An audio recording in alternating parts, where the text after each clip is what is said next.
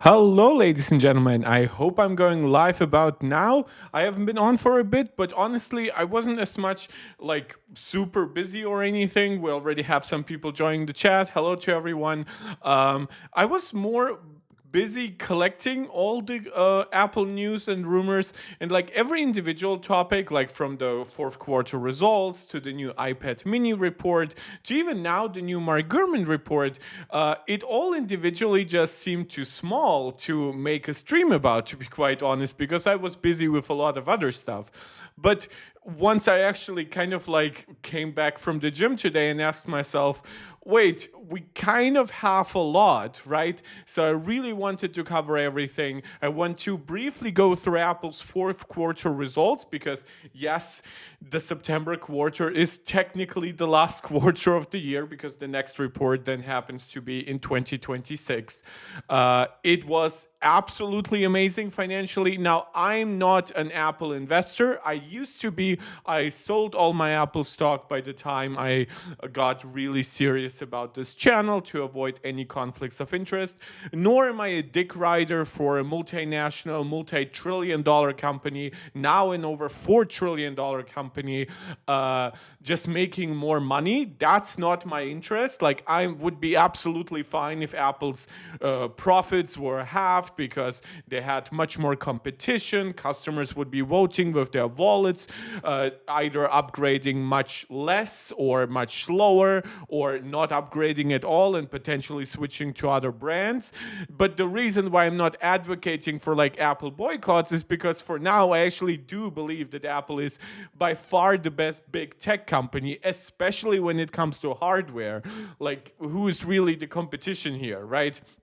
Sure, Samsung, but like Samsung is not its own fully like flashed out platform with like laptops full on their own operating systems like Chinese brands. Like, yeah, sure, they might pack like a great battery technology or be more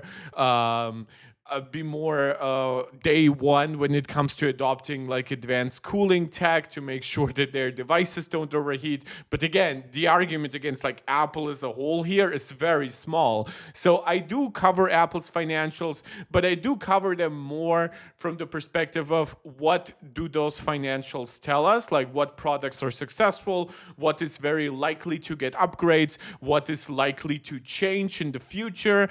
And that's why we also listen into the investor call where Tim Cook and their chief financial officers answer questions from investors. So that will be the first topic of today. Then we'll talk about Apple continuously rolling out new display technologies, or at this point, different display technologies to devices that for now unfortunately are left with pretty underwhelming displays.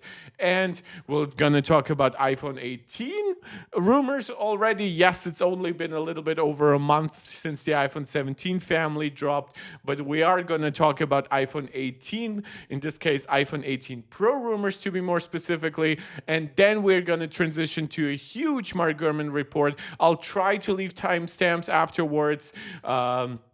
I should be able to do that. So hopefully if you're watching this video later on, it's a video on demand rather than live, you find your way to the topic you're more interested in. On top of all that, if you're watching and enjoying this, please consider doing all the YouTube jazz, as we call it around here. Subscribing, liking, sharing, commenting. It's really important, guys, because I don't stream too often, so the algorithm regularly forgets about me. I've even created like a secondary account and looked if it was gonna notify me about me going live. So I added myself as an extra subscriber, and it didn't. So whatever is going on with the notification bell and everything like that, it's really not reliable, at least not for my channel. I know it's been like an on-off discussion about YouTube functionality for years. So if you can do that, that helps a lot. Hit the notification bell. Who knows? Let's see what happens, right? And beyond all that, you can also support this channel and me directly via super chats or super stickers, or you can become a channel member or a Patreon subscriber to support me directly in the long term. Shout out to Angelica, Steve, Max, and Jonathan, our MarkTech Pro Max supporters here on YouTube. So without any further ado, I think the intro babbling should be about done with this. Let's get started. Well, let's actually look directly into Apple's investor page and let's see what they have to say about their fourth quarter results. Primarily, they talk about September quarter records for total company revenue, iPhone revenue, and EPS, and services revenue reaches new all-time high. Services just have been climbing up no matter the quarter. They don't seem to be as connected to like the usual like holiday cycle that Apple is usually subject to as a hardware company. Sure, you see some spikes for services because that's when people like buy a new iPhone, buy a new iPad, buy a new Mac. They subscribe to services on the App Store. They buy movies, TV shows, whatever, games, of course. But overall, yes, services have been an absolute tear, just rising from quarter to quarter, from year to year, to the point that it's now, after the iPhone, Apple's single most important revenue category, and it's actually Apple's most profitable category. Where with hardware like iPhone, iPad, Mac, we usually talk about profit margins anywhere from 30 to 40%. With services, we are often talking over 70% profit margins, and this time was no exception.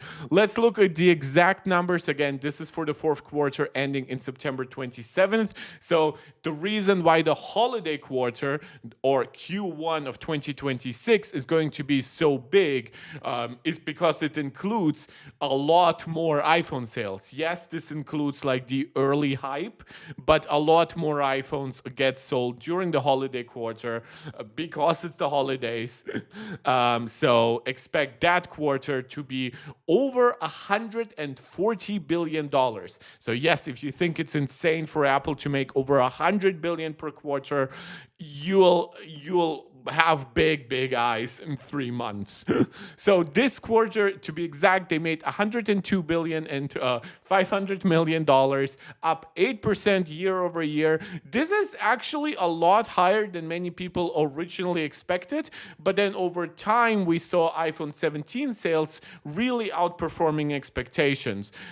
Diluted earnings per share are up $1.85, so that's 13% year on year. So if you are like an Apple investor and you're basically calculating, like you couldn't care less potentially about Apple's overall revenue or overall profit, like the ratio between like their revenue, their profit, and like each stock that is being held is huge and is actually improving year on year. So $102.5 billion, a September quarter revenue record for iPhone, and an all-time revenue record for services. I assume that means we're going to have another services record in the next quarter, because that's holiday quarter, new hardware getting sold with new software, plus just the continual growth of services. This also shows whatever was happening in Europe and some other markets for now has absolutely no impact, like the regulatory impact on the App Store. I presume the only thing that would truly turn this around is like if the United States demanded like full-on site loading or something like that from Apple. In September, we were thrilled to launch our best iPhone lineup ever. So they're just talking about the hardware, including all the way up to the M5 chip, MacBook Pro, iPad Pro, and Apple Vision Pro that we just discussed. Now, for the year, this is a record fiscal year for Apple, and it seems very likely that they might be able to be that next year, because we do expect the next quarter to be probably the biggest quarter ever for Apple. But the overall revenue for this year was $416 billion, with a double-digit growth in EPS. I do not know how to properly pronounce the last name of Apple's current CFO. I really should look that up. I didn't actually listen yet to the last investor call. I read the summaries. There will be a new cash dividend, so you can actually still buy Apple stock and then be eligible to get the dividend. Again, I'm not going to be doing that out of conflict of interest potential, but that's just something for you guys to consider. And then Apple just spoke in length about what people are actually interested in, and we got quite a lot of stuff, but nothing crazy. So he said, Tim Cook said, iPhone 17 model demand is off the chart. Consumer reception is very strong. He says it's all about the product, so he doesn't think this comes from specifically because, like the model from 3 or 4 years ago is so old now, people are forced to upgrade or something like that. Obviously, he wouldn't say it quite like this. Yeah, but basically he says iPhone 17 is very successful because it's positively received.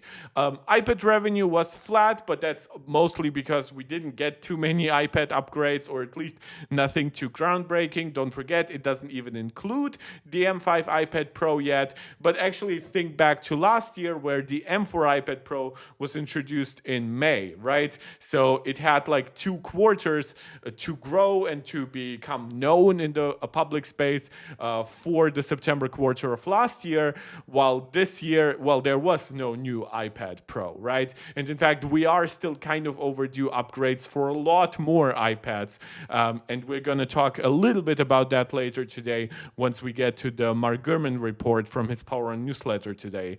Macs have been doing pretty well.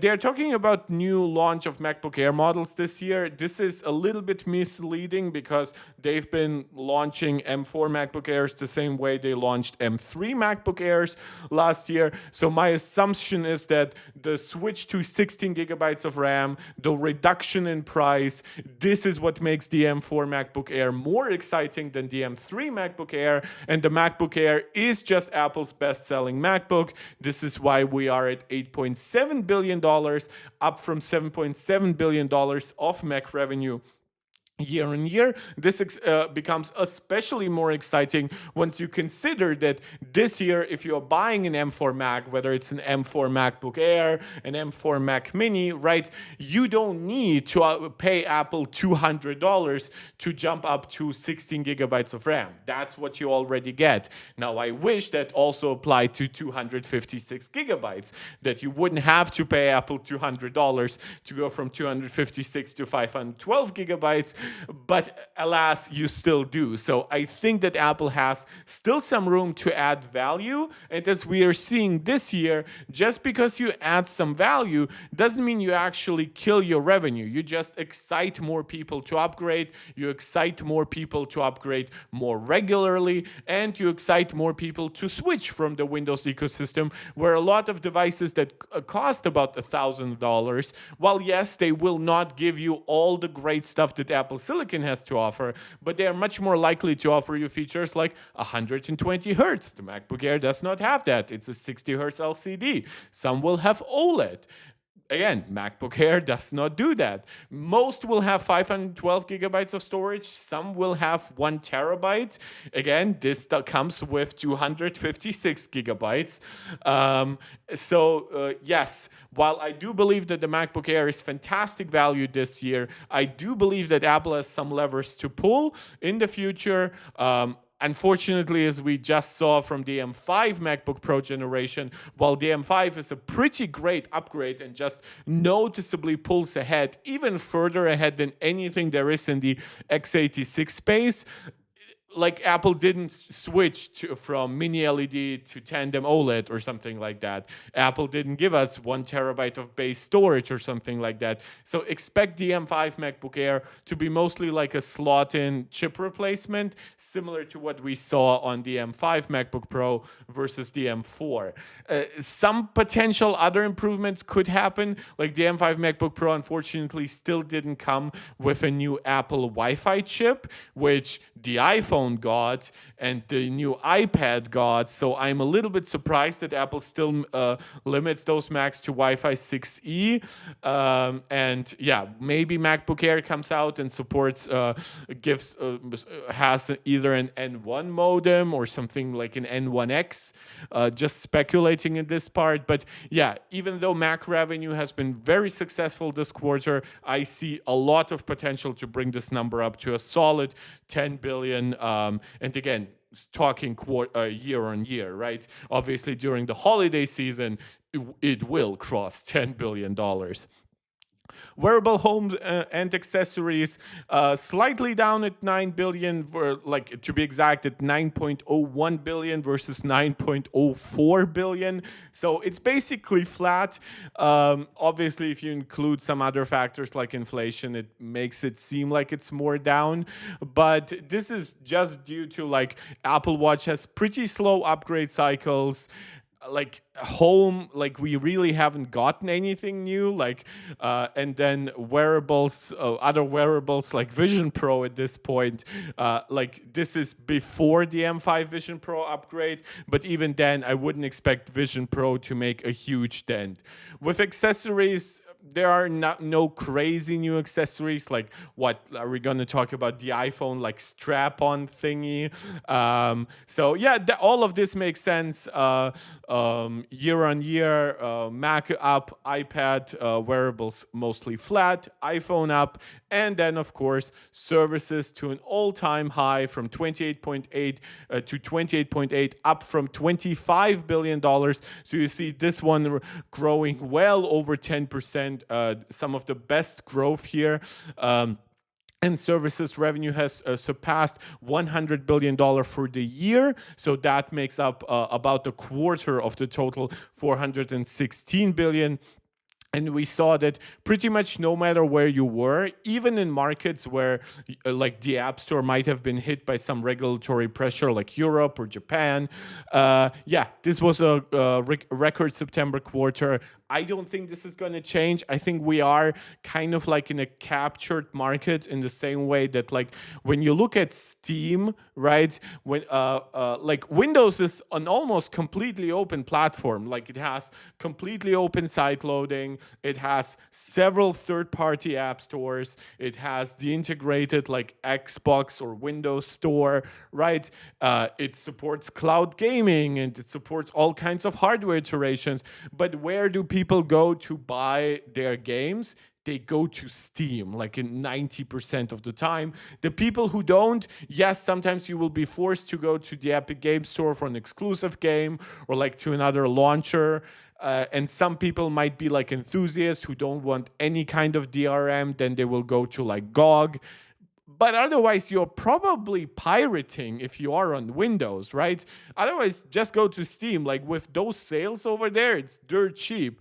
And I think that the App Store, just the user behavior that Apple has cultivated over the last now close to 2 decades, I honestly don't think that is going away. And while I do see some regulatory pressure putting a dent in how fast Apple services grow, I honestly don't think that that growth is stopping, right? I don't see people en masse moving to like third-party app stores like the Epic Game Store. I don't even see people sideloading. Like if I see people sideloading, honestly, I would expect it to be stuff that just wouldn't make it to the App Store, like emulators that support out of order execution stuff.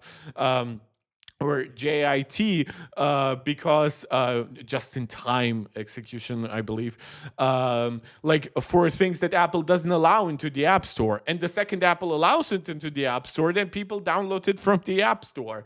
Maybe if Steam made a third-party App Store, especially one that allowed you to download your games that you also bought for Windows and Mac, maybe that could make a dent. But even then, compatibility would still be a nightmare unless they like ship an emulator, Windows emulator with it or something like that.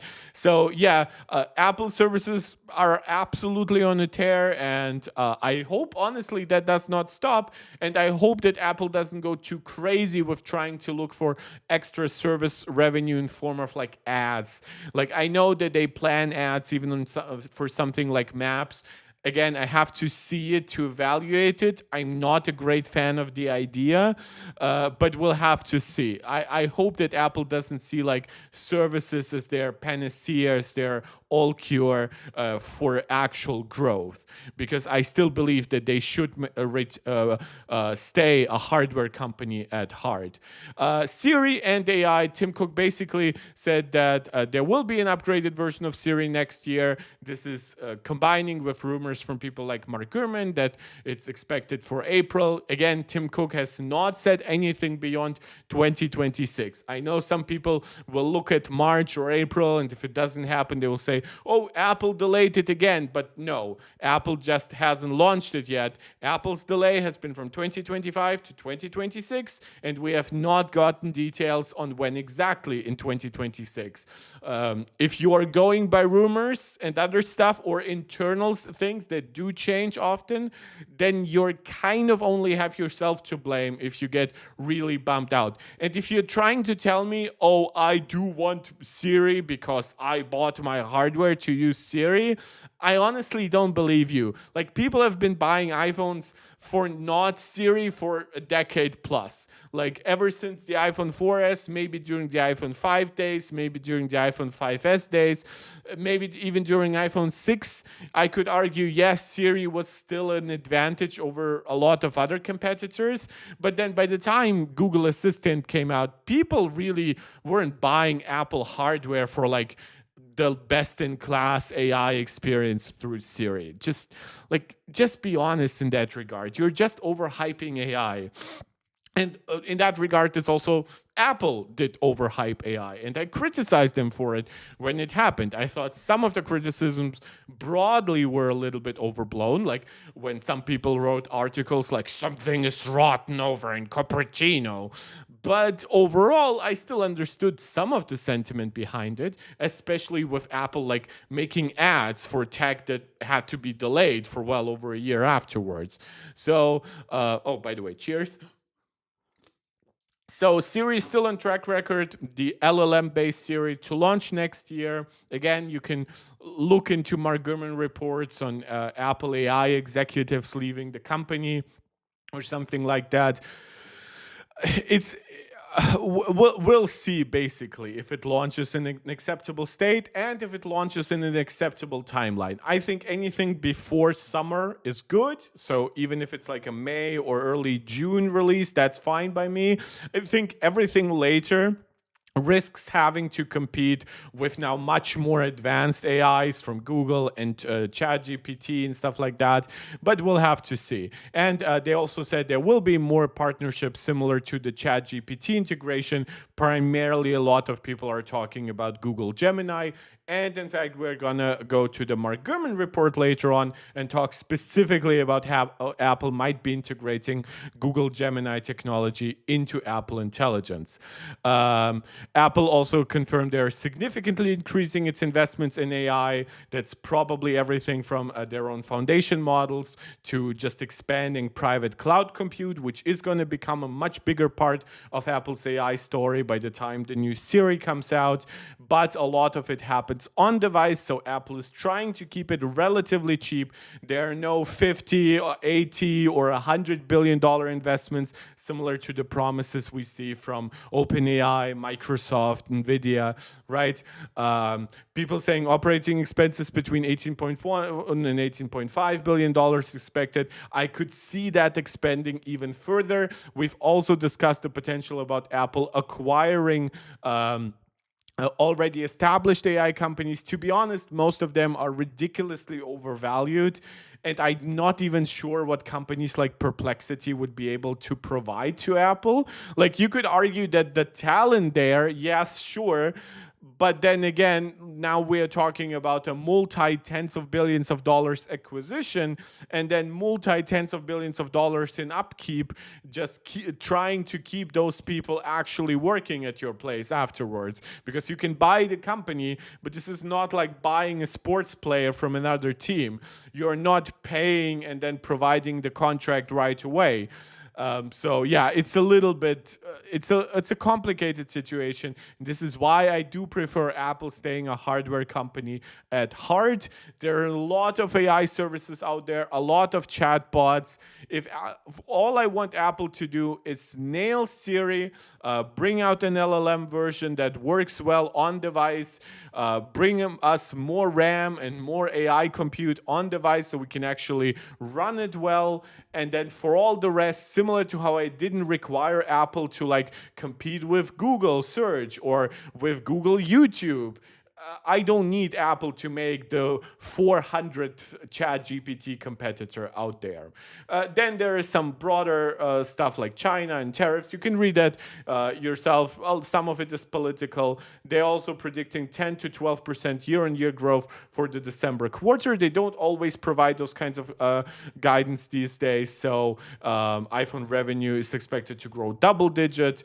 As I said, September services revenues most likely to hit records. So yeah, pretty good outlook. The stock didn't actually move up that much, but that's because the overall stock market has been pretty volatile recently, even though Nvidia hit like 5 trillion. But that's about it. Again, I do not try to focus on the actual finances. The finances are kind of like almost like side missions for me here, where I'm actually trying to ascertain to analyze as many details provided in these calls and what those finances might actually tell us for the future. Hello, Mark from Riley saying, damn, pro chip delay. We're gonna get to some of that, to be exact. Let's start with a report we actually got from Mark Gurman. So the two major pieces of news we're talking about today, out of 4, but kind of 3, because one is like not actually a rumor piece, like Apple's actual financial quarter. So we have one, I believe this is from Instant Digital, right? Today in China, what the fuck? What kind of reporting is this? Who doesn't mention the source? This is why I like to go to 9to5Mac and Mac Rumors, even though I feel like a leech sucking off their blood. Like, come on, GSM Arena, you can provide where you have this piece of news from. Like, I guess there is a source in Chinese. Weibo. Jesus, why is that so slow? Translate content. Okay, it doesn't show me the account name. It's either Instant Digital or Chat Digital, blah, blah, blah. They all have digital in the name, which is getting confusing. But let's talk about Apple screens. Now, according to Mark Gurman, in a report earlier in the week, said Apple is testing future versions of the MacBook Air, the iPad Air, and the iPad Mini. So these are all mid-range Apple devices. We know that for the iPad Pro, Apple has already switched to tandem OLED, a dual layer OLED technology. All iPhones are OLEDs. In fact, all iPhones except the 16e actually have like ProMotion screens that go up to 3000 nits of brightness. Apple Watch is completely OLED. Apple Vision Pro is micro OLED, right? And then the MacBook Pro right now has a pretty advanced mini LED ProMotion screen, so it does have good HDR. It might not have the perfect blacks of OLED. It might not have the instant response times of OLED, but we already know that either late 2026 or early 2027, we might get an OLED-based, in this case, a tandem OLED-based MacBook Pro. But in a lot of those discussions, what was kind of missing are Apple's mid-range products, right? Don't forget, the iPad Mini is just $100 less expensive than the iPad Air. And by losing that $100, the iPad Mini is way smaller. So it has a smaller screen, smaller battery, smaller everything, basically. And it loses the M series chip to go to an A17 processor. So its chip is less expensive, its cooling is less expensive, its battery is less expensive, its screen is less expensive, its chassis is less expensive. So this is a product that probably has pretty much the same profit margins as the iPad Air. So it will be treated similarly to the iPad Air when it comes to what kind of technologies can it actually get. And in this case, we are talking about OLED. Now, what's interesting that previously we talked about OLED very much as still a potentially like highly differentiated technology, potentially with LTPO screens on the high end, LTPS screens on the mid range, and then like LCD panels on the low end. This is not as clear these days because on, for example, the iPhone 17, the base model, we have a full-on LTPO panel with always-on display, with a variable refresh rate from anywhere from 1 Hz to 120 Hz. We have uh, like all the advanced capabilities of ProMotion that we have on the iPhone Pro, right? So while sure the screen wouldn't probably be tandem OLED, but could it be LTPO? Could it support variable refresh rate? Could it support ProMotion? Well, now that is much more likely, and that actually makes OLED to me much more exciting than it was before. And we even had a report back in April that Apple was testing a Samsung screen for like an iPad mini or iPad Air potentially. So while previous rumors have pointed that OLED would come after like tandem OLED, well, on the iPad, that's now the case, right? The iPad has already gone tandem OLED. It has already gone ProMotion way in the past, like back to 2017.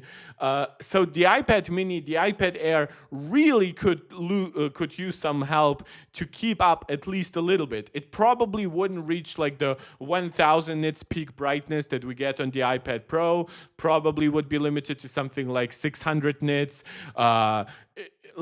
But beyond that, it wouldn't be as efficient as like a tandem OLED screen. But then again, those 5 to 10% differences probably are not too much, especially if you're running the screen on average at a lower brightness. So plenty of good stuff here. Now, we do not get details like LTPO versus LTPS or super exact timelines, but let's see what has been said here. The hardware isn't coming anytime soon, however, as Apple is expected to use existing display technology in the yet to be announced M5 Pro and M5 Max MacBook Pro. So this report is trying to focus more on the MacBook Air, which I do understand, because if the M5 MacBook Air came out with OLED, that would just be a confusing lineup. I also even don't think that the M6 MacBook Air necessarily will come out with OLED. But then again, don't forget, this is because the Mac still hasn't gone tandem OLED on the high end. The iPad has already done so. So I wouldn't be surprised if we saw iPad mini iPad mini being powered by OLED much sooner than we see MacBooks. In fact, Mark Gurman points out that 2028 might be the earliest point for the MacBook Air to get OLED screens. Again, some of this could move up a little bit, but this would be about where I expect it to happen as well. Because if the tandem OLED MacBook Pro launches as late as early 2027, then don't expect that MacBook Air to get OLED in the same year. Then a year later, again, OLED versus tandem OLED, so single layer versus dual layer OLED, less efficient, less bright. You could still differentiate those products. In the meantime, maybe the MacBook Air could get a ProMotion LCD panel, similar to what we had on the 2018 iPad Pro. So there are still technologies that Apple could utilize to make these products more enticing. Now, when it comes to iPad mini, this is what Mark Gurman talks about. So which of the three devices will likely switch to OLED first? And Gurman says the iPad mini will likely be the first to make the move, which would be a little bit confusing to me what it would mean for the product differentiation between iPad mini and iPad Air. Now, the iPad Air does have M series processors, which are more powerful, sure, but don't forget, iPad mini, especially with the iOS 26, the iPadOS 26 windowing system, like it's not like the iPad mini is missing significant features. Like it's not Stage Manager from 3 or 4 years ago. So I'm a little bit confused. Would these be products that potentially are still $100 differentiated? Maybe by that point, iPad mini becomes $599, the iPad Air becomes $699, so both move up $100. Maybe they both get 256 gigabytes of base storage rather than 128. They are levers that Apple can pull here, but I am a little bit surprised to see like being talked about so much about the iPad mini and not the iPad Air. If anything, I would suspect that like if anything keeps back the iPad Air, I would honestly expect it to be the 13-inch iPad Air, because I think if Apple can get supply for an 8-inch OLED with VRR and all that stuff, if Apple chooses to give it those features, maybe the first generation OLED iPads come with an LTPS screen that's limited to 60 hertz. That's definitely would feel like an Apple move at this point. But maybe they couldn't source good enough panels for 13-inch iPads. Honestly, I don't know. However, there's a lot more about the iPad mini specifically that Mark Gurman alludes to here.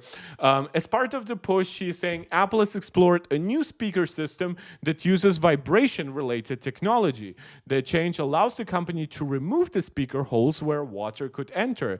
That's a different approach than the iPhone's water-resistant design, which retains the holes but adds gaskets and adhesives to prevent damage. So the iPad mini could become Apple's first water-resistant iPad. It's a little bit disappointing to me how Apple has treated water resistance on the iPad. Like, they were actually innovators, front runners with the iPhone's water resistance. Yes, they weren't the absolute first, but they did. Like, when you look at water resistant phones before the iPhone, many had like plastic covers that you put over the ports. Some were like as fully integrated as they are now, but especially early on, like there was a huge difference between IP67 and IP68 on most devices.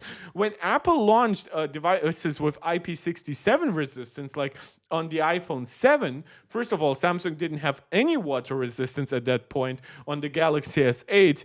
But even more importantly, people tested out Apple's IP67 rating, and it basically behaved like IP68 in most scenarios. And then by the time Apple moved to IP68, people found out that Apple's IP68 rating was on the absolute high end of that rating. Like in terms of the actual depth of submersion, the length of the submersion period, even testing it with all kinds of different liquids, like not just your regular water, but salt water, other liquids like beer and soda drinks and stuff like that. So I was a little bit surprised that Apple didn't add at least IP67 to the iPad over time, because don't forget, people use products like the iPad outdoors a lot. People read on their iPads, like especially an iPad mini, that's like for a lot of people, that's like a Kindle alternative. Even Apple in their own ads has like people in the outdoors with the iPad and stuff like that. So while I wouldn't expect Apple to necessarily make it submersion proof, like just at least assure me that water damage coming from regular rain won't destroy my iPad. So this would be a very, very welcome change. I hope that some form of water resistance would still then come to the iPad Air and especially the iPad Pro. God knows we Pro users pay enough to get some of those niceties. But if Apple is approaching a completely new speaker design for this, I'm not sure how that would translate to iPad Air and iPad Pro. Again, they could still use the iPhone's water resistance design. We know from tablets like Samsung Galaxy Tab series that that absolutely works. But I'm not sure if Apple would just offer both designs simultaneously. Maybe that speaker system could be good enough to also migrate to iPad Air and iPad Pro over time. Especially iPad Pro is known to have one of the industry's best speaker system, especially now for a 5.1 millimeter thick product. It sounds incredibly good. And this is now a system where you wouldn't have holes, but the entire surface of the iPad would vibrate to create sounds. We've had some of those systems before, like I believe a Huawei phone like 4 years or so ago tried that, so it doesn't need a front speaker. Most companies have moved away from that. Oh, we have Riveting Tail Chap joining a live stream for once. Thank you, man, so much. I know you're very busy. I know I usually don't stream at quite opportune times for American viewers, so thank you so much for joining. Oh, and you have a day off, so that explains it. Yeah, but it's also Sunday. Like, like, don't worry about days off or not. Like, the people who pay me on this channel, like the MarkTech Pro Max supporters, they're the ones least likely to tune in live, because they're like, they seem to have like crazy work schedules and everything like that, and families and things like that. God knows what will happen to my schedule if I ever have kids or something like that, which it's probably time to start thinking about stuff like that. I mean, I'm close to 29, but yeah. Also, by the way, guys, it's soon my birthday in 10 days. So if that makes you think of doing certain things on the channel or on Discord or whatever, yes, consider doing so. Now let's continue to talk about the iPad mini. So people are speculating that this would come with potential price increases. Again, I do hope Apple pulls some other stuff, like giving us more base storage. Don't forget, the iPhone 17 here is the prime example, right? The iPhone 17 got a lot of regular year-to-year upgrades, right? It still got its better screen, its slightly larger display. It's slightly larger display, a slightly larger battery, a 48 megapixel ultra wide camera. It got the N1 Wi-Fi modem. It got better 5G modems across the board, right? So it got regular upgrades, but then it also got a ProMotion screen, right? Again, at the same price, and double the storage, up from 128 to 156 gigabytes. Now, yes, the iPhone 17 comes in at $799, so that's substantially more expensive than the $499 or $599 starting points of the iPad mini and iPad Air. But Apple clearly showed they can add ProMotion and they can add more storage without increasing prices. So could Apple give us both a ProMotion and more storage and the move from LCD to OLED, right? With only a 20% price increase? I think they absolutely could. And in fact, I think that would make all those products much more viable. I don't like don't get me wrong, 128 gigabytes iPads make perfect sense on one iPad, and that's the basic iPad. In fact, even if Apple still offers a 128 gigabytes basic iPad in 5 years, but chooses to keep prices as low as possible for that one, I would be absolutely fine with it. If it's just for like kids playing Roblox, or for people who buy an iPad purely to surf the web and watch YouTube videos and Netflix, 128 gigabytes will be plenty, even in the years to come. But for iPad mini, iPad Air, which are all a little bit more power user oriented, not as much as the iPad Pro, of course, but more so than the basic iPad, I think these devices should move to 256 gigabytes. I also think that Apple should drop the price upgrade, the storage upgrade pricing from 128 to 256. That shouldn't cost $100 anymore. Like Apple used to have 64 and 128 gigabyte devices where it cost $50. Storage has gotten cheaper since then. I know storage has increased a little bit in the last year or two because of the crazy demand for RAM and even storage on like AI servers. But overall, I think that Apple could make do with like a like, even if they keep 128 gigabytes base, like make it so that the upgrade to 256 gigabytes costs only $50, or even better, just get rid of the 256 gig model at that point and give us the 512 gigabyte model for only $200 more, rather than the crazy $400 upgrade path. There's $300 upgrade path than it is now. $100 from 128 to 256, and then $200 from 256 to 512. You could like compress those upgrade paths. Although it's not mentioned in the report, it wouldn't be surprising this would the iPad Air similarly jump up in price. Again, like Gurman adds that it could, like the iPad mini could increase by $100. It really, like for the iPad Air, it really depends on what changes the iPad Air gets. Obviously, if the iPad Air simply doesn't get that screen, it probably wouldn't have an excuse to jump up in price. We'll get to when exactly we're expecting a new iPad Air here. Yeah, but this is interesting. Lastly, the reports conclude by saying that Apple's entry-level iPad won't be making the switch to OLED. Makes absolutely sense based on Apple's current plans, which makes sense given its place in the lineup. So, in this regard, I fully agree with 9 to 5 Mac.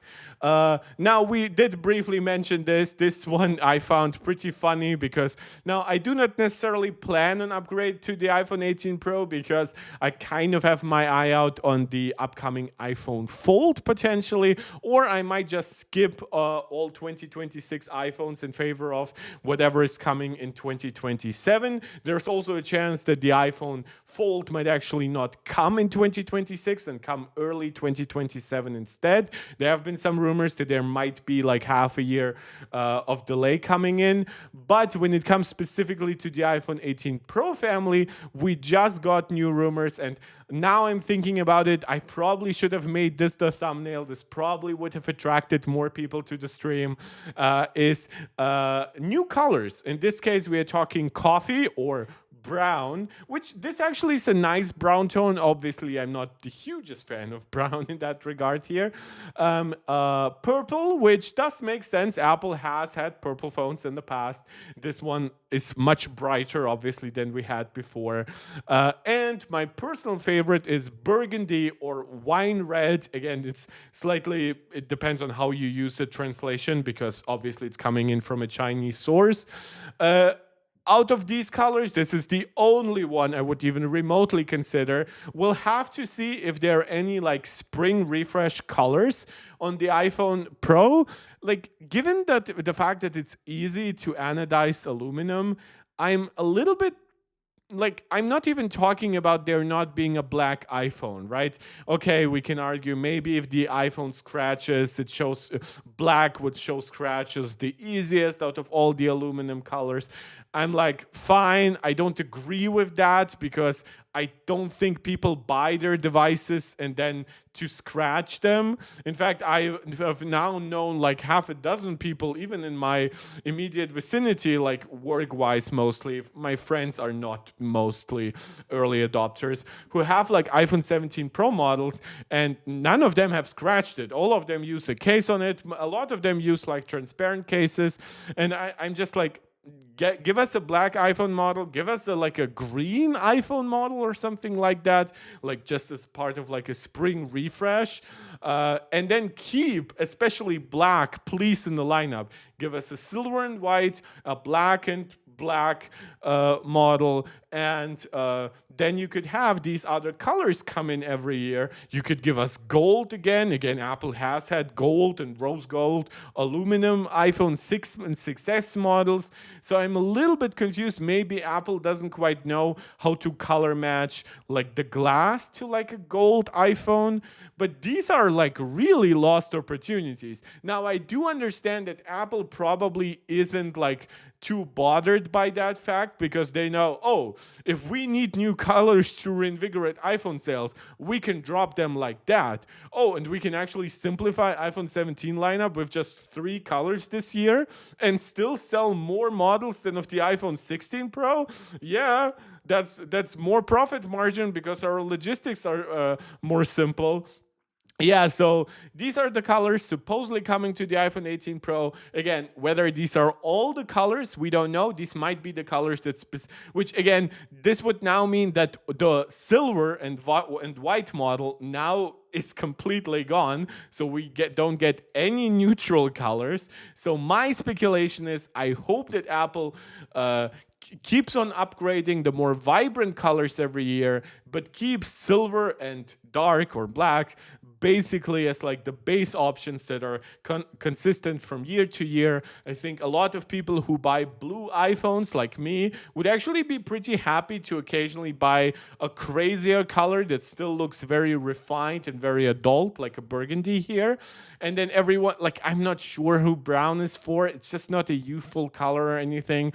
Like, although now that I think about it, this could actually go really well with like really traditional like leather cases, like this horse horse saddle brown, right? I believe it's called, or something like that. Oh yeah, I think it could actually work. Like when I think about it, Nomad leather case. Right? I think that could make sense, right? Like Horvin leather, like rustic brown, like something like this. Yeah, I think that could work.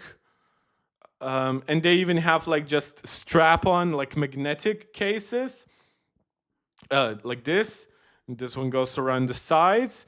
Yeah, this could actually work pretty well. Riley, looks like Apple wants me to buy the regular iPhone. Yeah, I understand. I've heard that from some people saying like some of the colors are definitely out there. My current speculation is that Apple wouldn't necessarily completely get rid of something like silver by this switch. But who knows? I mean, crazier things have happened.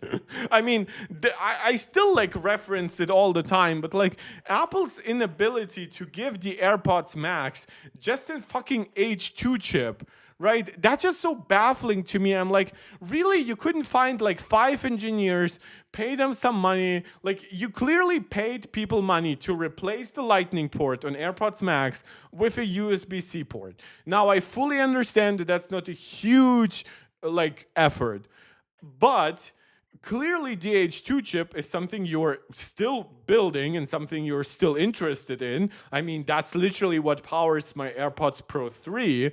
Like, what was the problem? And even last year, going just back to AirPods Max, when you were updating them with the USB-C port and give them the H2 chip, and this year, now that you upgraded AirPods Pro while still keeping the H2 chip, why not give it a U2 chip alongside an H2 chip, right? You had so many opportunities. You had other hardware upgrades like iPhones, where especially like if you matched like the colors of AirPods Max, like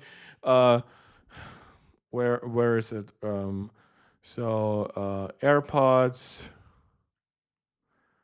AirPods Max, right? What kind of colors do we have here? Right, so we have silver. Just give me the colors. Yeah, so we have just regular silver, right? That would go well with an iPhone 17 Pro.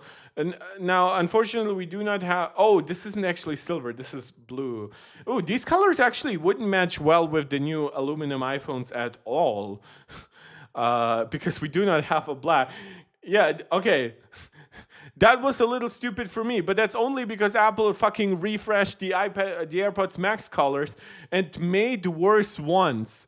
Like all these 5 colors, like Midnight, okay, that's classic. Starlight, I don't like it. It's not a true gold. It's not a true silver. The blue is too desaturated for me. Purple, I actually think purple is quite fun, though I'm not sure why the band is that desaturated. Orange, yeah, I mean, I guess orange is the one color that would kind of match the iPhone 17 series. You would probably have to upgrade it to a cosmic orange. And I mean, you could probably very easily upgrade the blue to a deep blue. But yeah, this is weird. And yeah, not having just a regular silver model, I wonder I try to remember when I see people on the streets, as rarely as it happens, not the people, but like people like jogging with AirPods Max or just sitting on the subway with AirPods Max. Like, do I not see silver? Like, I see Midnight most. That's true. But don't I see silver after that? Or was it the previous blue color, but it's just so desaturated that I couldn't see it as such? Yeah, this is baffling to me. And this is why I'm saying Apple sometimes makes baffling decisions. Their design teams are still very opinionated. They're still very much the people that Johnny Ive like put under his wing. So sometimes they will have weird ideas on what colors are the right colors and things like that. But also, one thing that I just want to mention before we move on, because we do have still one huge report from Mark Gurman to go through. Fuck anyone who says that the iPhone looks cheap, like the iPhone Pro, the 17 Pro. Like, like I've seen people. First of all, I had like a small debate with someone on Twitter saying, "Oh, why is the camera island full width? They just change it for change's sake." Apple literally gave an in-depth explanation of how they stretch the motherboard. It allows them to have even bigger components for something like the telephoto camera, which yes, you actually have this, then the optics, and then a huge part here is just the optically stabilized telephoto camera. The main sensor is big. The ultra wide, yeah, that one is small, but this is usually where we'll have some antenna parts, especially in the US version. This is where you get like millimeter wave. But then we have like from the motherboard, especially from the main chip, we have like the vapor chamber cooling solution, right?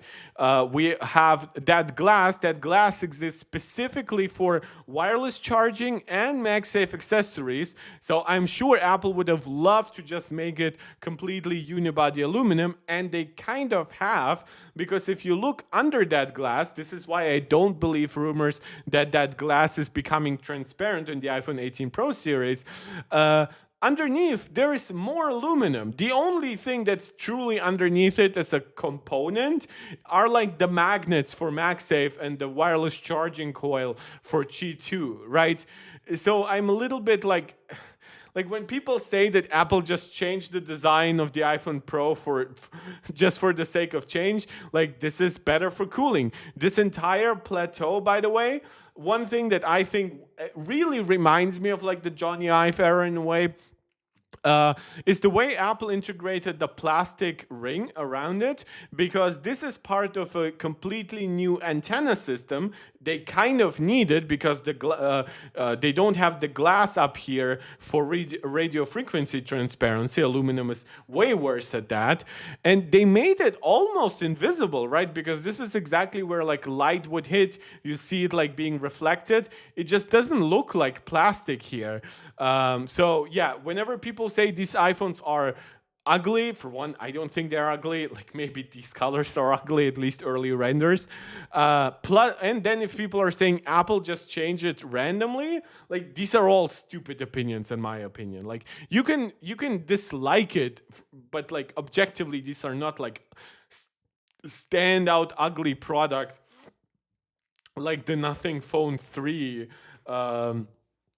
And they clearly have a functional underpinning for like the switch to aluminum, the protruding plateau, yeah, even like that glass cutout. That one is literally just there for function. It's clearly not for form. It's clearly something that Apple would like to avoid if possible.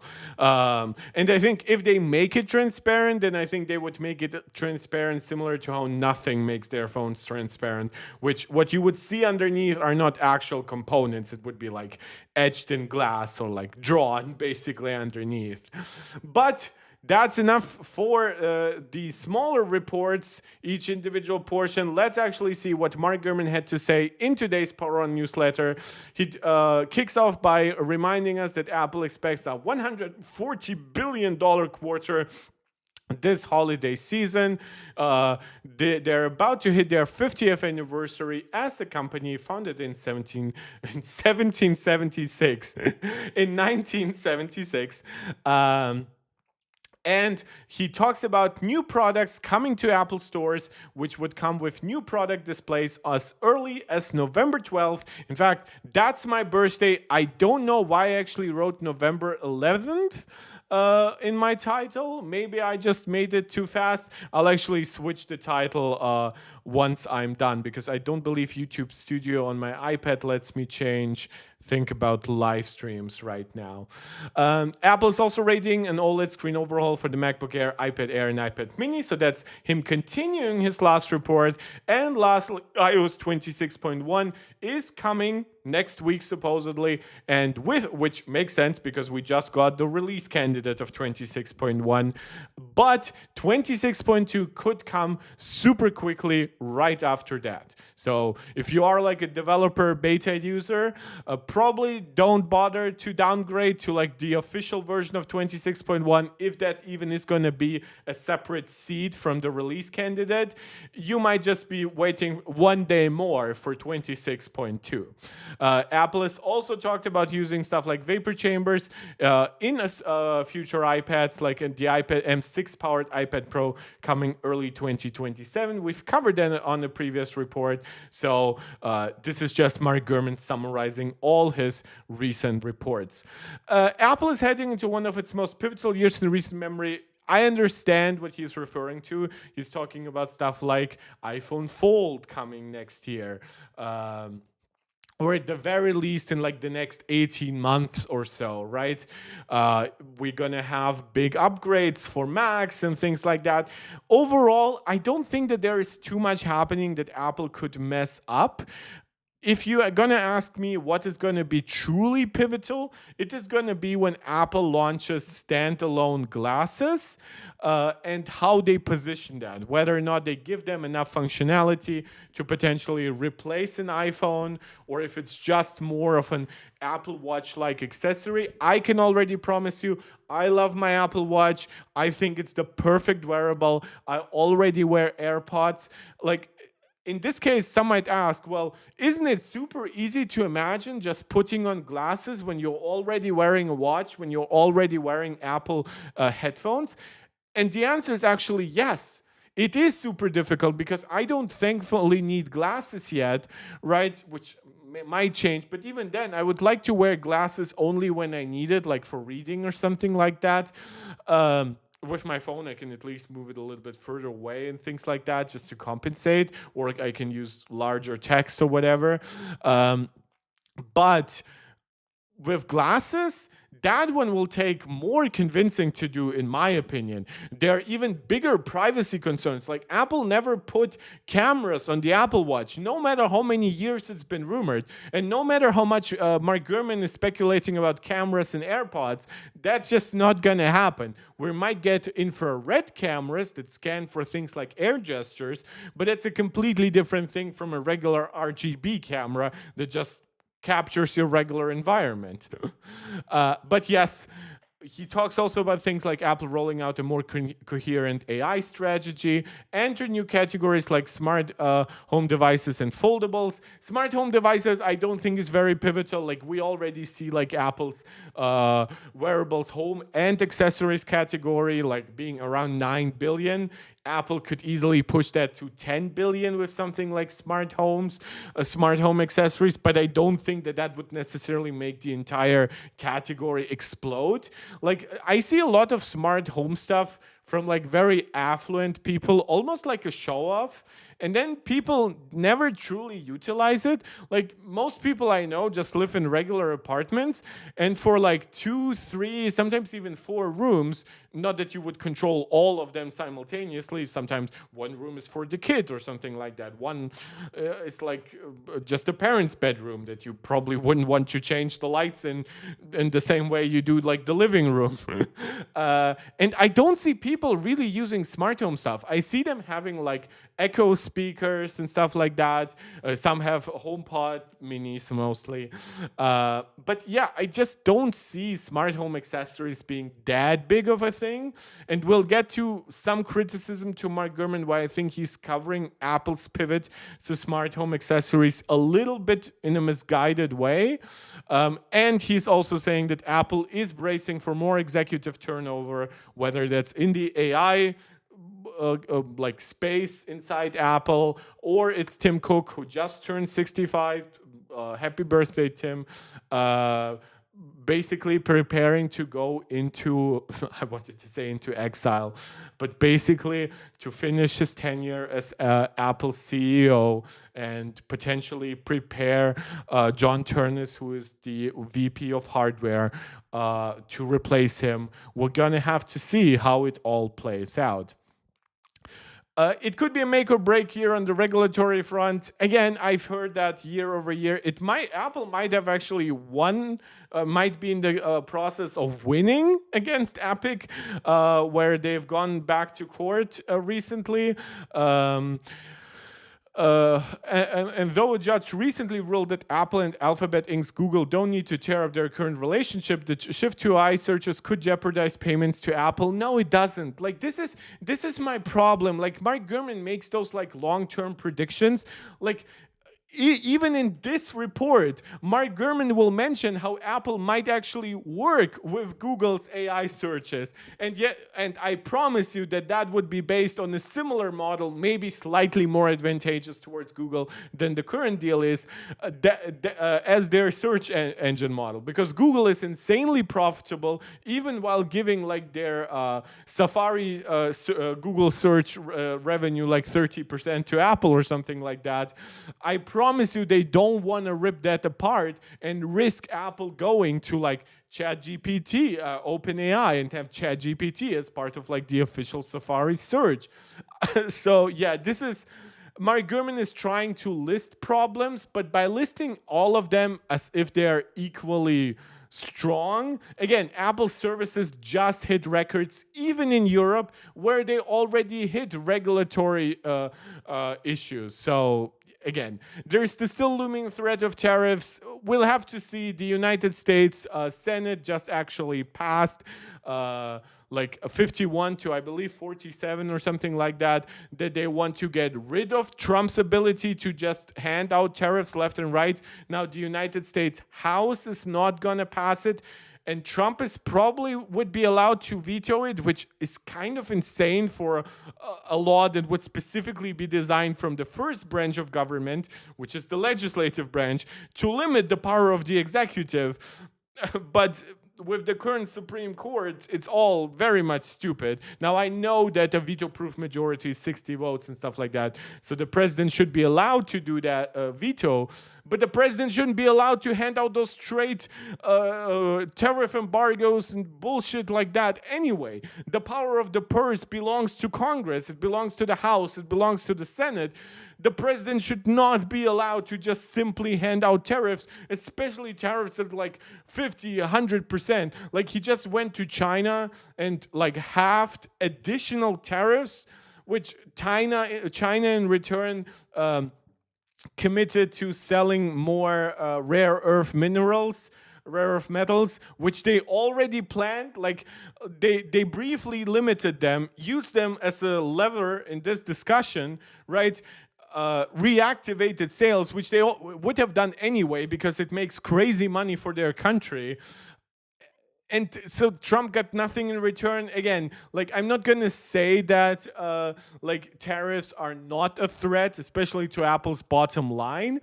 But after how much we've seen Apple very well navigate Trump, very well navigate the tariffs that are already in place, seeing that China is already getting kind of what they want from Trump in most cases, I don't think that we're gonna see more tariffs negatively impacting Apple. I see more tariffs negatively impacting, unfortunately, the lower income people in the United States, especially tariffs on China, on Canada, and potentially Mexico. But that's a very different discussion that goes outside the scope of what I cover on this channel.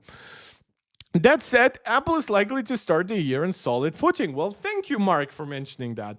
The company just announced that it expects holiday quarter revenue growth of 10 to 12%, roughly twice the level Wall Street was expecting, which leads me to believe that Wall Street really does not have any exact expectations.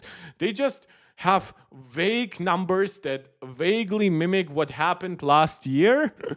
And they're kind of always surprised by Apple's numbers, but then the stock doesn't move up accordingly. Yeah, and that translates to 137 to 139 billion in sales, could mean the first ever quarter to pass $140 billion. We're going to see those numbers late January next year or early February. And of course, Apple has already started generating that profit, because don't forget, this is a profit going from October, November to December. because the last quarter ended in September 27th. It just takes a while to properly report those numbers. We're going to hit Apple's 50th anniversary, and in the early portion of the year, and this is where we actually get two new hardware reports, expect an iPhone 17e. So forget any previous rumors that said iPhone E series would not be updated annually. In fact, I don't see why it wouldn't be, right? Like, we've heard rumors about the iPhone 17e potentially getting now a screen with a dynamic island, right? Basically a cutout notch. It could get slightly slimmer bezels, but it would probably retain a 6.1-inch size. Beyond that, we haven't heard too much. I mean, it stands to reason that this would be powered by the base A19 processor, which would be quite a nice uplift, especially in graphics. It would probably retain 8 gigs of RAM, similar as what we have on the base iPhone 17. Probably use that same memory, 8533, so slightly faster than the 7500 mega transfers per second memory. One thing that definitely could use an upgrade is the use of a faster 5G modem. The iPhone 16e was the first Apple device to use the C1 modem. In fact, it remains the only one. Future upgrade devices have gotten the C1X modem, like the iPad Pro and the iPhone Air. And I would believe that that means the iPhone 17e, probably my bet is it wouldn't actually get the C1X, but that it would become the first device to use the C2 modem. Apple also just recently introduced the N1 modem. I don't see Apple introducing an N1X or an N2 for the iPhone 17e. My speculation is that that would be just using N1, which would be a huge upgrade because the iPhone 16e wasn't a Wi-Fi 6E product. It was still a Wi-Fi 6 product. So that would mean a jump from Bluetooth 5.3 to Bluetooth 6, a jump from Wi-Fi 6 to Wi-Fi 7, and improving efficiency across the board for it all. So I would hope that Apple also gives this device an ultra-wideband chip. This was one omission of the iPhone 16e that I really didn't like, especially for a $600 product. Apple also needs to overthink the storage situation, because if they price the iPhone 17e at $600 for 128 gigabytes of storage, but then it costs $100 to move up to 256. That means that the price difference between 256 gigabyte iPhone 17e and 17, with the iPhone 17 having double the cameras, better cameras, ultra wideband, MagSafe, all the ProMotion screen, larger screen, brighter screen, slimmer bezels, and all that stuff, right? For $100 more, I'm not sure who buys the 17e at that point. So I would hope that Apple doubles the storage. In fact, I think if Apple doubles the storage on 17e, that would be an amazing sign for the future of iPad Air and iPad Mini. And I think that that device would be really logistically really nice to produce, right? If we go to the current iPhone 16e family, what are Apple's pricing here exactly, just so I don't get anything wrong, right?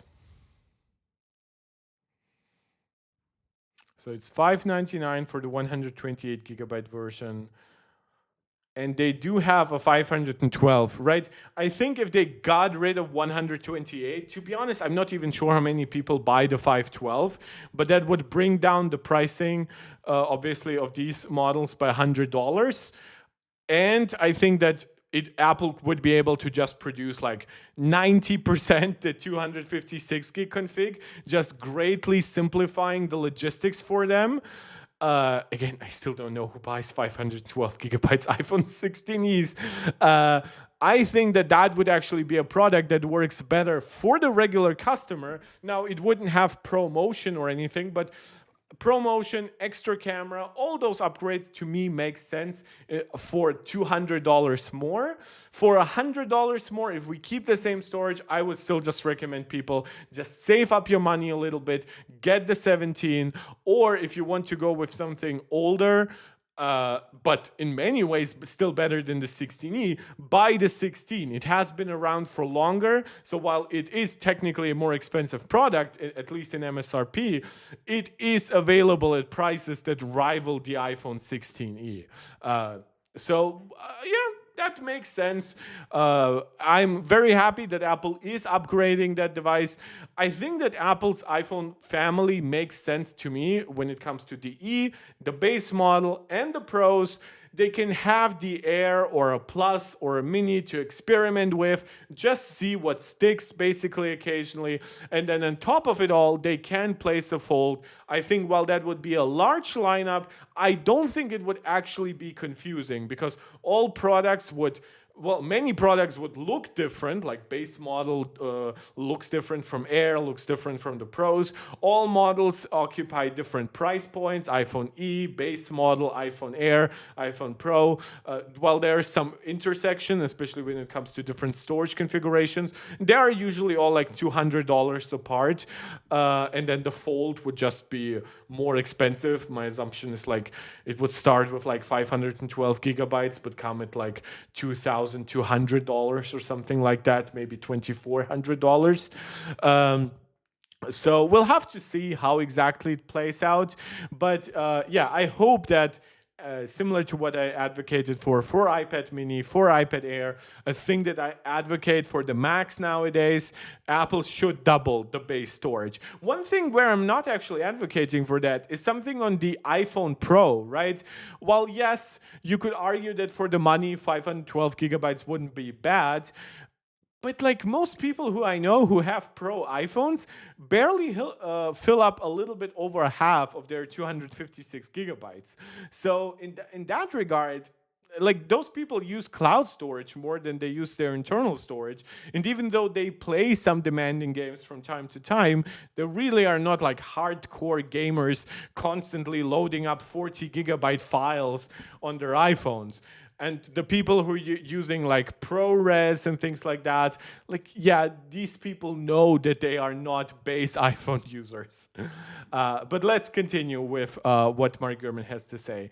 We're also expecting an entry-level iPad now with an A18 chip, so that would be a nice upgrade over the A16 and roughly continue the upgrade path from a 4 gigs of RAM A14 chip to a 6 gigs of RAM A16 chip to what I would hope would be an 8 gigs of RAM A18 processor, and that would open up the use of Apple Intelligence on that iPad. It would also make it far better at multitasking and things like that, and it would allow Apple to still put out N3E based A18 processors. Maybe they would bin this one from 5 GPU cores to 4 or something like that, or maybe if they have some models where one of the E cores is disabled or something like that, that would make a good fit for the entry-level iPad. So this is very good logistics.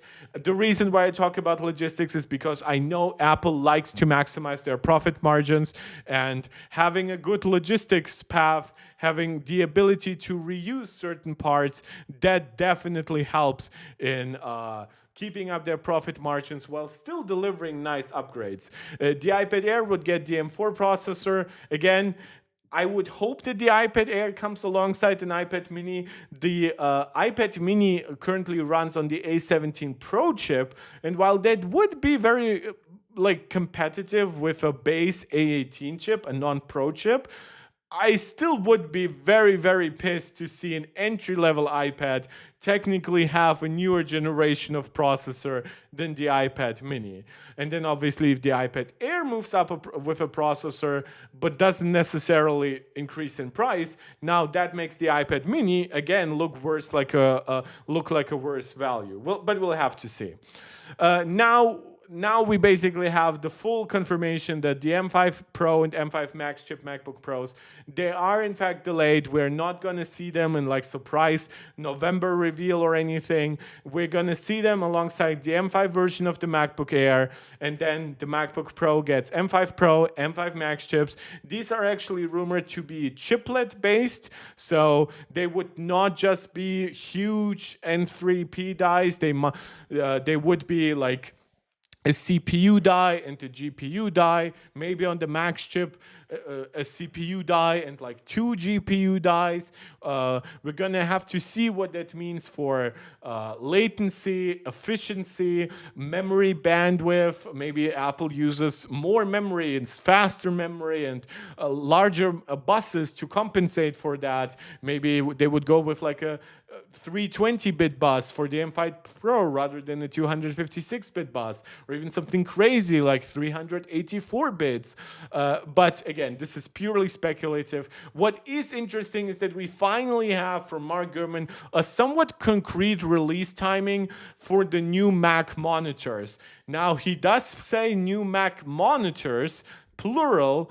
Unfortunately, he does not give us exact details where we are talking a Pro Display XDR successor, an Apple Studio Display successor, or both, and at what pricing they would come, or if he's talking potentially only one successor, like maybe a Mac Studio Display that kind of replaces the Pro Display XDR, but maybe it comes in two sizes, right? A 27-inch model and a 32-inch model. So again, a lot of this is purely speculative on my part. Unfortunately, we have not gotten too detailed reporting on these new Mac monitors, but this is roughly what you can expect. The March-April timeframe should mark the kickoff of Apple's smart home strategy. So we talked about devices like the HomePod Mini being updated and the Apple TV 4K being updated. In fact, we're going to get to that right after this. However, Apple has also been working especially on what we have internally dubbed the HomePad, which would be a smart display with a speaker base, and wall-mounted versions. I believe this one is new, but basically it would be a speaker that has a smart display, and now I'm not sure what that would mean with wall mounts, because my hope thus far has been that this HomePad, I would love a purely speaker-based, so I don't have to pay extra for the monitors or anything, of HomePod. I have the original HomePod that's powered by the Apple A8 processor. So if you're wondering how long does Apple sometimes support all processors, well, look no further than the Apple A8, which is obviously now 11 generations old, which is still getting the latest software, at least on the HomePod. Obviously, that does not apply to the iPhone 6 series, which were originally powered by that processor. But that device features, and I've talked about that in the past, that one features Wi-Fi 5. Now, subsequent models that got, I believe, an S4 Apple Watch processor feature Wi-Fi 4, and that speaker was actually made to be a little bit cheaper. Like, I believe it's a 5 internal speaker system versus 6 on the original HomePod, which is fine. I don't care about audio quality that much. In most testing, they're roughly in line, maybe with a slightly different sound profile.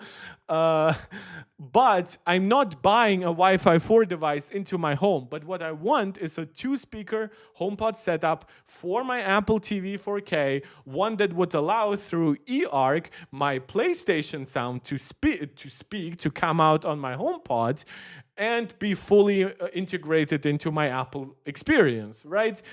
Unfortunately, this smart display with a speaker base does not seem quite like the HomePod Biggie upgrade that I hope it will come.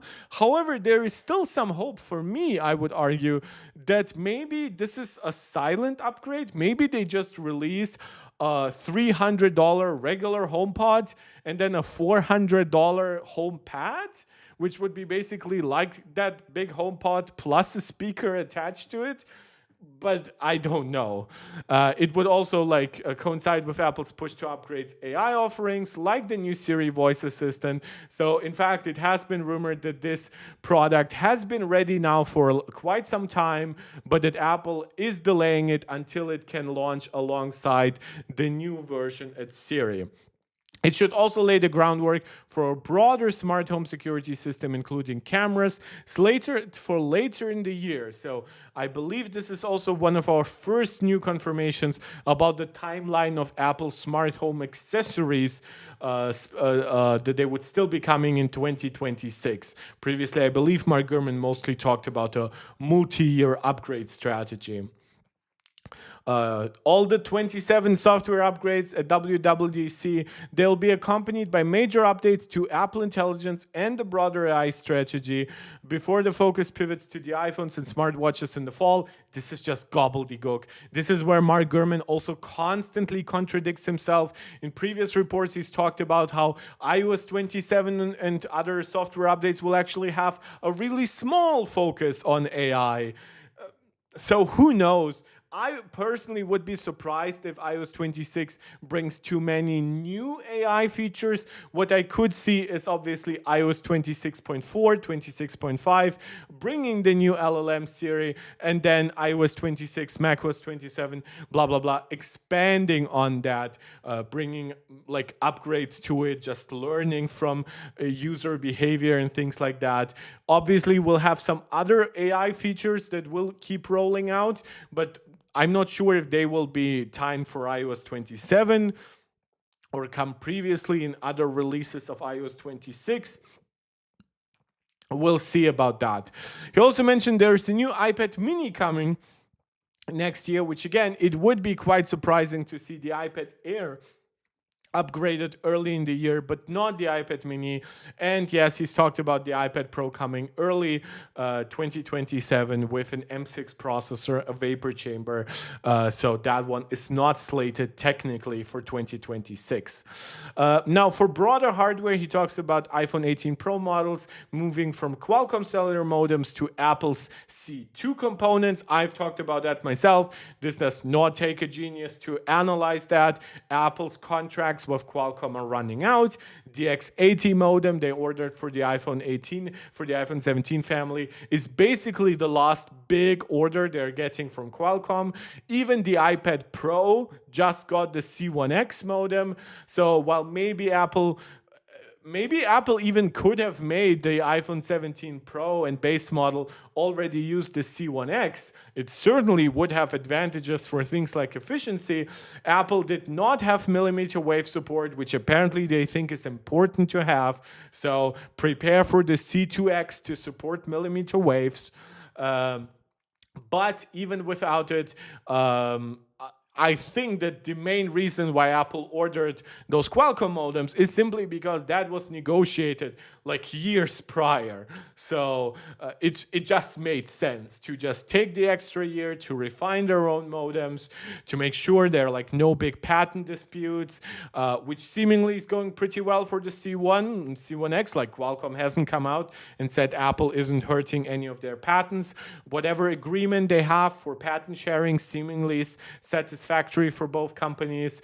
Obviously, that means losing quite a big customer for Qualcomm. Also for Broadcom, now that Apple is also transitioning for to their own in-house Wi-Fi and Bluetooth modems. So we'll have to. So Apple's Apple Silicon strategy is definitely big, right? Like we do not just have A series and M series chips, right? But even like the A series has expanded to a base and a Pro model. The M series has M Pro, M Max, M Ultra, potentially an M Extreme, and will have a chiplet-based architecture that will make them even more versatile. We have now Apple C1, C1X, N1, potentially N1X, and then subsequent generations. So we also have, of course, Apple using custom silicon for stuff like AirPods. With the H2 processor, we have Apple using completely custom solutions like for the Apple Vision Pro to manage all those cameras and sensors simultaneously with the R1. So Apple Silicon is truly, truly carrying their weight inside Apple. Meanwhile, Apple is moving full steam ahead on smart glasses, with suppliers already producing small quantities overseas. Don't be surprised if that product at least gets a preview before the end of next year as well. It should be noted that Mark Gurman previously talked about first generation Apple glasses specifically as like an accessory, potentially without a screen or anything like that. Much more similar to the Meta Ray-Ban glasses, the initial ones, not the current one with the integrated screen that costs $800, but more like the half price version before it. It would be interesting to see if Apple might push some plans ahead, right? Seeing that now Meta has a display option, it would be a little weird for Apple to not match that, especially if it's something that they announce late 2026 and it's something that might come early to even mid 2027. We'll have to see how that exactly plays out. Unfortunately, he does not provide any extra details here. As early as the tail end of the year, so this is interesting. This suggests that the delay of the M6 Pro and of the M5 Pro and M5 Max chips might have actually been an exception rather than the rule. And similar to how Apple updated previous Macs once in January and then once in November, we might see something like that next year. So at the end of next year, we could see a full redesign of the MacBook Pro, a giant performance upgrade with M6 Pro and M6 Max, or at least a big jump based on these chips being 2 nanometer, a thinner chassis. Now, given that we've talked about the iPhone 17 Pro using vapor chambers, the iPad Pro using vapor chambers, I wouldn't be surprised if part of making this chassis thinner, because I really hope Apple doesn't reduce battery capacities again, though they are higher density batteries that Apple can use to make the battery physically smaller while still having the same capacity. But yeah, I hope that the thinner chassis comes primarily from the use of a more advanced, more space-efficient cooling system like a vapor chamber. Supposedly, these Macs will also have touchscreens and OLED. Now, he calls it iPhone style. It would be iPad Pro style. It's this tandem OLED. Mark Gurman sometimes doesn't have the best understanding of the actual technological foundation of what he talks about. iPhones are OLED, and it probably sounds more enticing to say it's iPhone style. But on the iPhone side, we have talked about how the iPhone 2027 or 2028 model might actually use tandem OLED, dual layer OLED, similar to the iPad Pro. But for some reason, Macs using tandem OLED would be an iPhone-style OLED screen rather than an iPad Pro screen. In terms of other Mac coming next year, you can expect an M5 upgrade to the Mac Mini and Mac Studio. That also makes sense. I wouldn't actually be surprised if they just launch alongside the MacBook Air. Once again, no mention of the iMac. I still think that Apple was misguided by going with this middle-of-the-road solution with the 24-inch iMac. Like, I know it sits right in between the previous 21-inch model and the previous 27-inch model, but I just don't see people going out and left and right buying 24-inch panels.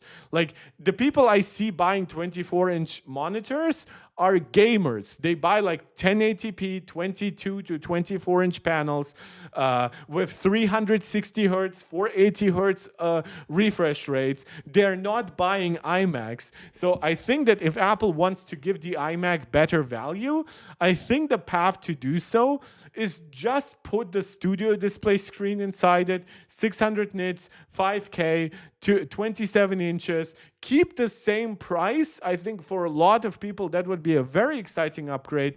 And then you could potentially even use the larger chassis to put in a Bint M Pro chip as like an optional upgrade path. Again, this is all speculation. This is all my personal suggestion, but this is what I said I do here on this channel, right? I do not just talk about rumors. I do not just talk about news. I certainly do not just talk about financial reports. I talk about what they can mean for the future and how I see Apple leveraging the technologies they currently have, how I think they can expand their user base, where I see as a consumer the potential for Apple to provide more value without necessarily kneecapping their profits. Like, I don't think that a 3-inch larger screen would kill the profit margins on like the iMac, right? In fact, I think that Apple could probably give you 24 inches, 27 inches, and 512 gigabytes of storage in the base model without any problems. Like, sure, it would eat into the profit margins at the same price, but Apple would be able to sell a lot more of those devices. Sorry, I just get a little frustrated when I see, like, similar to what I just mentioned about the AirPods Max, I just see easy potential for Apple to provide more value without hurting themselves. And I'm a little bit surprised why they don't do that. Because sometimes they clearly do that. They clearly did it for the iPhone 17. They clearly did it for the M4 generation. And that was all just this year. Even with the rosy sales forecast, the road ahead won't be easy, because that's what Mark Gurman says all the time. Apple is betting heavily on the new Siri. No, they're not. Like, this is important. Apple is still a hardware company. Their services revenue has nothing to do with AI stuff.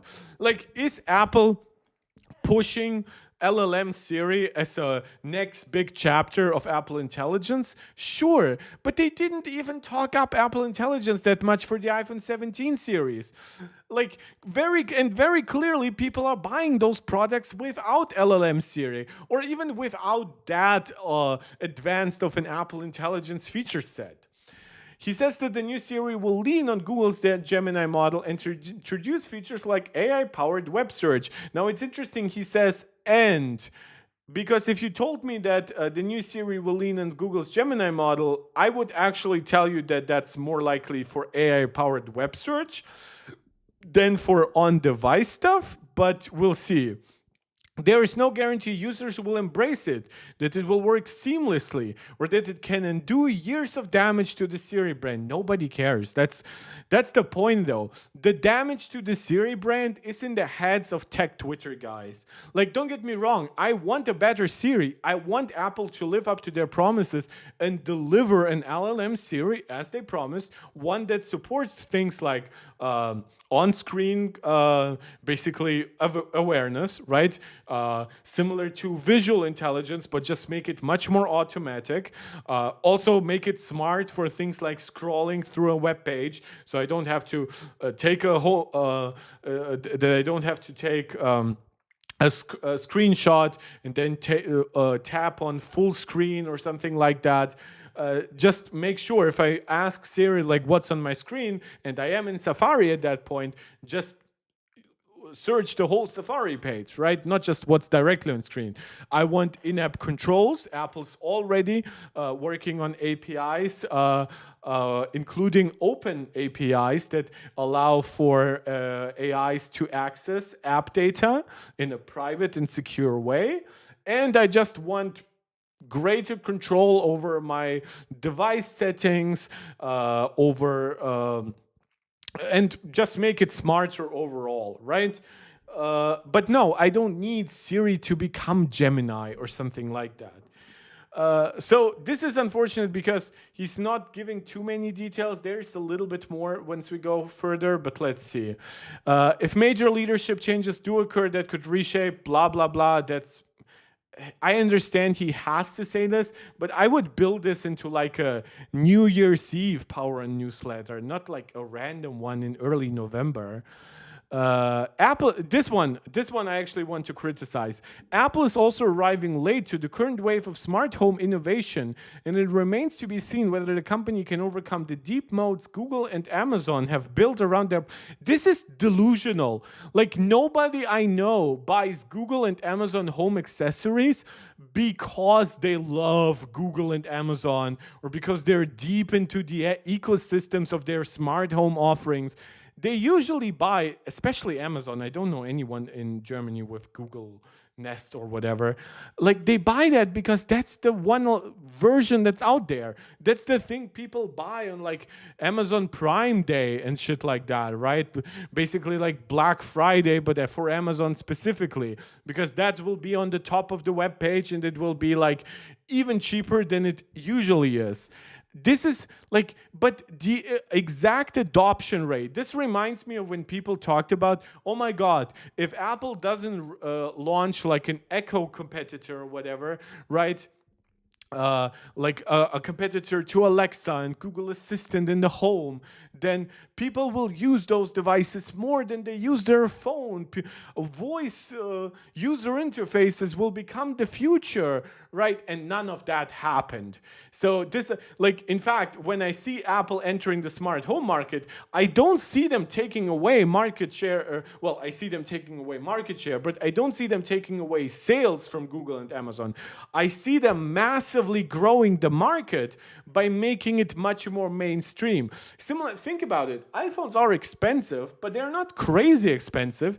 And you see people, even from lower income, or at least like lower middle income levels, buying iPhones, even iPhone Pro models, right?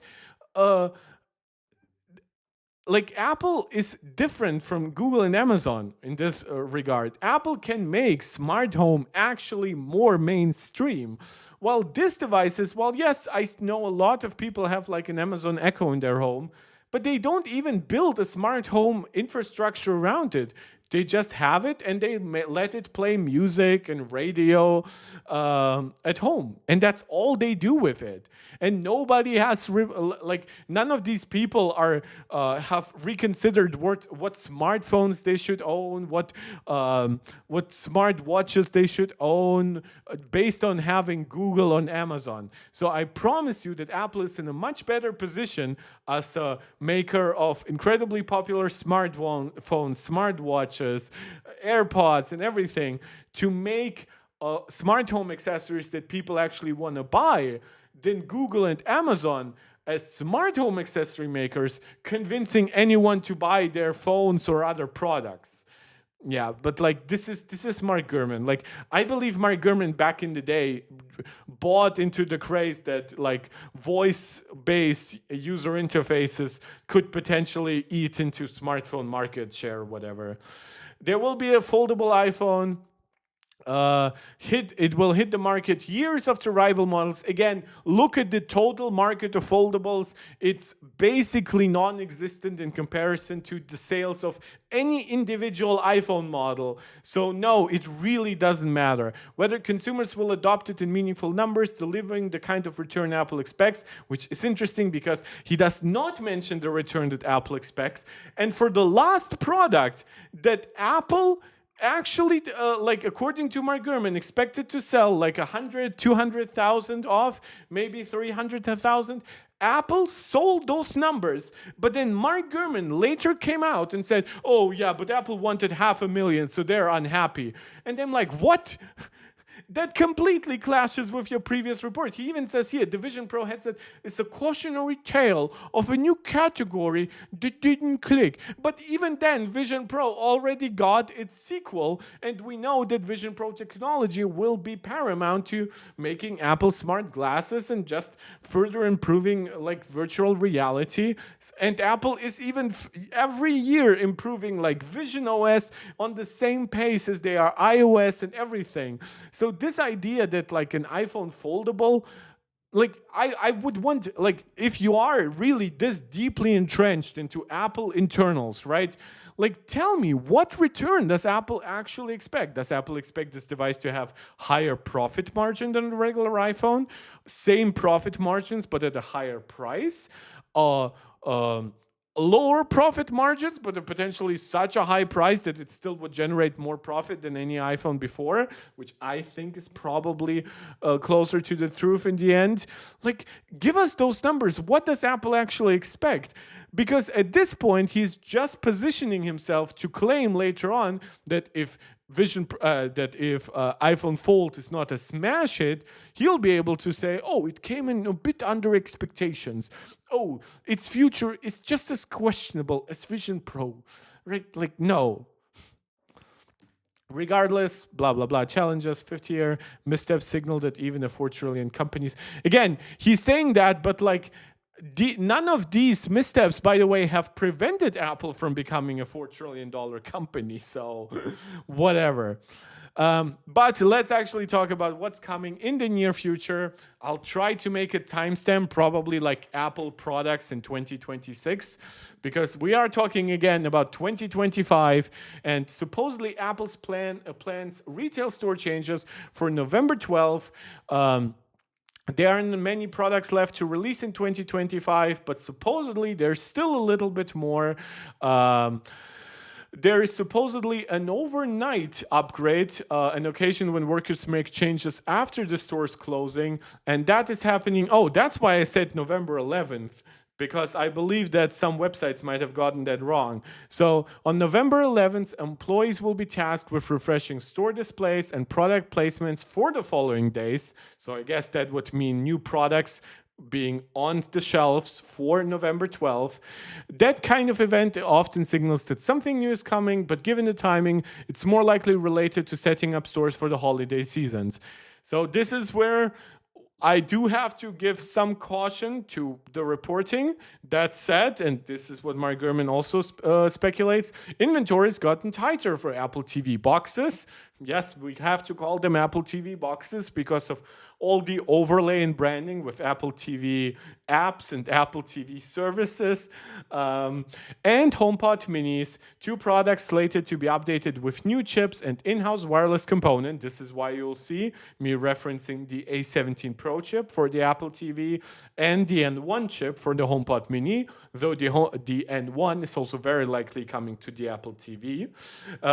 It would be interesting to see if the N1, with its integrated like e-cores that manage the Wi-Fi and everything, actually has enough performance to also manage the integrated software, or if Apple would still combine it with some form of Apple Watch processor.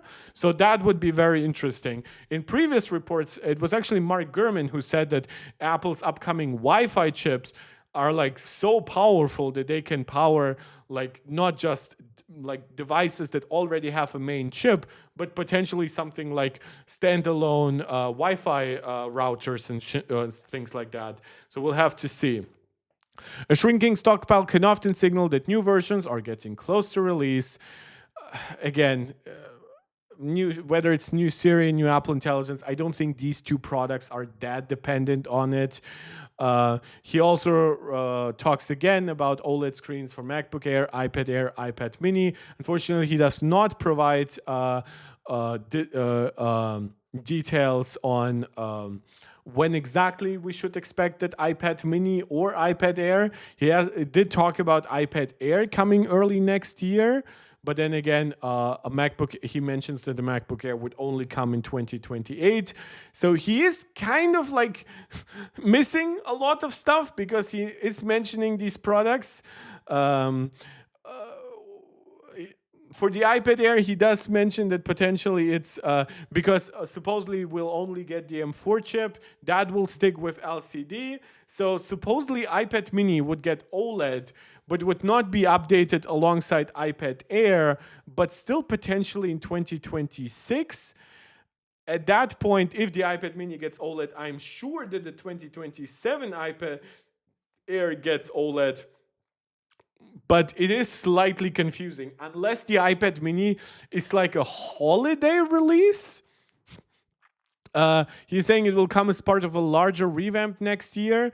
So that it would be pretty interesting to see like how Apple splits the iPad Mini from iPad Air updates, but gives iPad Mini OLED, but not the iPad Air. That to me would only make sense if the iPad Air truly comes in early next year, just with the M4 chip, sticks to roughly the same pricing, and then iPad Mini could come in late next year, which would be pretty unfortunate to have to wait that long for a new iPad Mini, but it wouldn't be entirely unprecedented.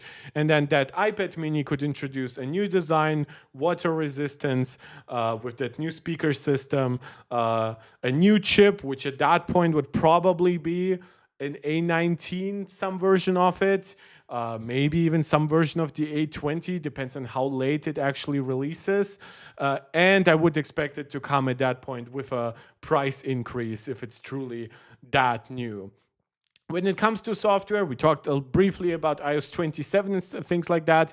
Mark Gurman expects that Apple is ready to release iOS 26.1. He mentioned some stuff like the toggle between clear and tinted for liquid glass. But otherwise, he does a terrible job of summarizing it. An Apple TV icon and bug fixes. There's a lot more in 26.1. However, he also mentions that Apple will shift to iOS 26 development right away, and that first beta could come as early as this Tuesday. He does not expect major new features in the initial seed, but yeah, basically he's going by previous precedent, which does make sense. His Q&A, I believe, doesn't have nothing really big. He gives his own impression of 26.1. So let's see exactly what he has to say about Google Gemini with to power the new Siri. As I've reported a few times now, Apple is paying Google to create a custom Gemini-based model that can run on its private cloud service and help to power Siri. This is very important because the new Siri to me is not about private cloud compute servers. It's about on-device, at least for basic interactions with the operating system, with your settings, with your on-screen apps. When I see some part of Gemini running on private cloud servers, what I actually think it is, we might see like basically Google search partnered with Siri, but based on Gemini, because Apple simply does not have an LLM designed for web search. And that to me makes perfect sense because Apple already has a deal to put Google search into Safari and they make money off of it. Now, I would assume that in this case, they're probably paying Google some money for Gemini, for the actual LLM, but they are probably also, like Google is very happy to have some traffic routed from Siri to their own, not necessarily to their own servers, but that could actually be the case. Just because the LLM doesn't run on private cloud compute, maybe more demanding topics could definitely be routed to Google servers.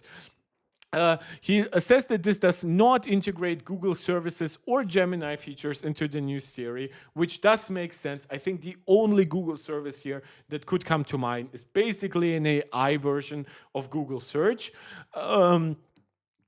But again, he also says it just means Siri will be powered by a model that can actually provide the AI features that Apple expects. The private cloud compute currently does not handle any relevant Apple Intelligence features. Most of them are on device, and he still does not mention that this Google Gemini model for Siri would be baked into iOS 27 or whatever, or 26.4. Like, he mentions it for private cloud compute, so I don't understand. Does he not understand specifically that if this is a private cloud compute thing, this would be specifically for things like web search, right? Or am I crazy? Yeah. So again, no details. Slightly questionable technological understanding of the topic at hand. But also, Apple had a bake-off this year between Anthropic and Google, ultimately determining that the former offered a better model, but that Google made more sense financially. Again, model quality changes all the time. I also like Anthropic having a better model than Google Gemini, especially potentially for things like web search. That would be shocking to me. But yeah, basically, their pre-existing search relationship helped, which again, this is why I'm so shocked all the time why Mark Gurman basically says that AI will take a market from Apple. In fact, there is more competition for Google's AI search through ChatGPT than there is for basic Google search through things like Bing.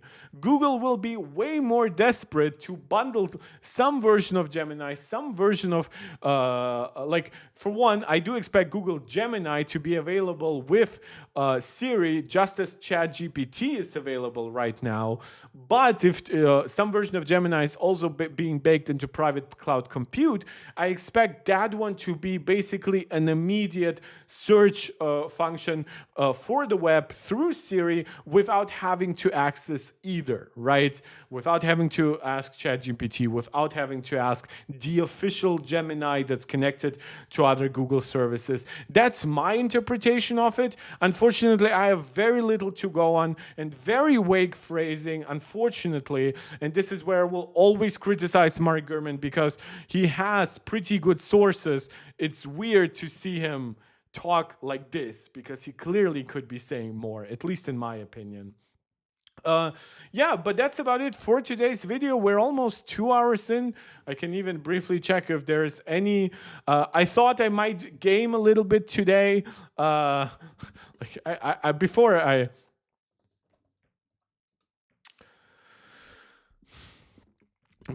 end this, I'm just going to show this. This is actually a really fun game. You can get it on Steam, and then it will be compatible with Mac and Windows.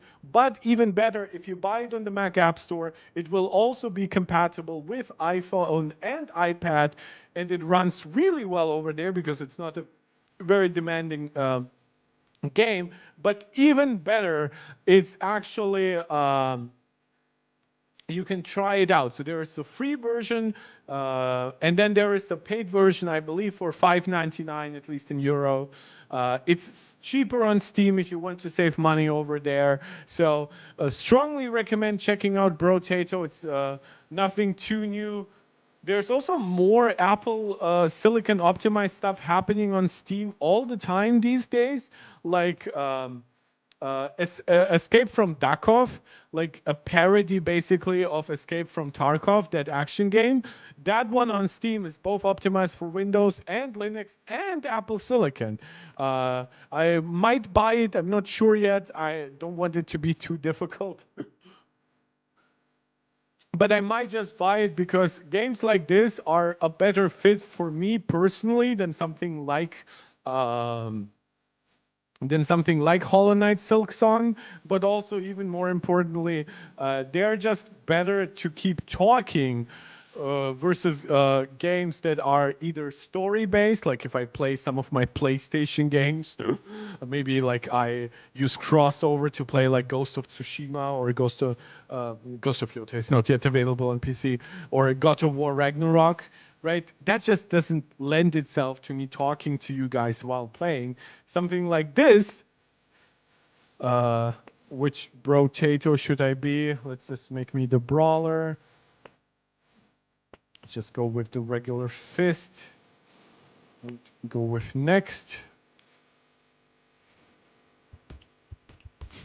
Right, so it's similar to Vampire Survivors, which I've played on this channel live in the past. You also, like, once a wave is over, you get upgrades. So it's not quite the same concept as Vampire Survivors, but it's super fun. Then again, you have to see what you actually want to pick up in terms of power up. Wait, oh, my eyes increase my range. That's probably good for a fist-based system.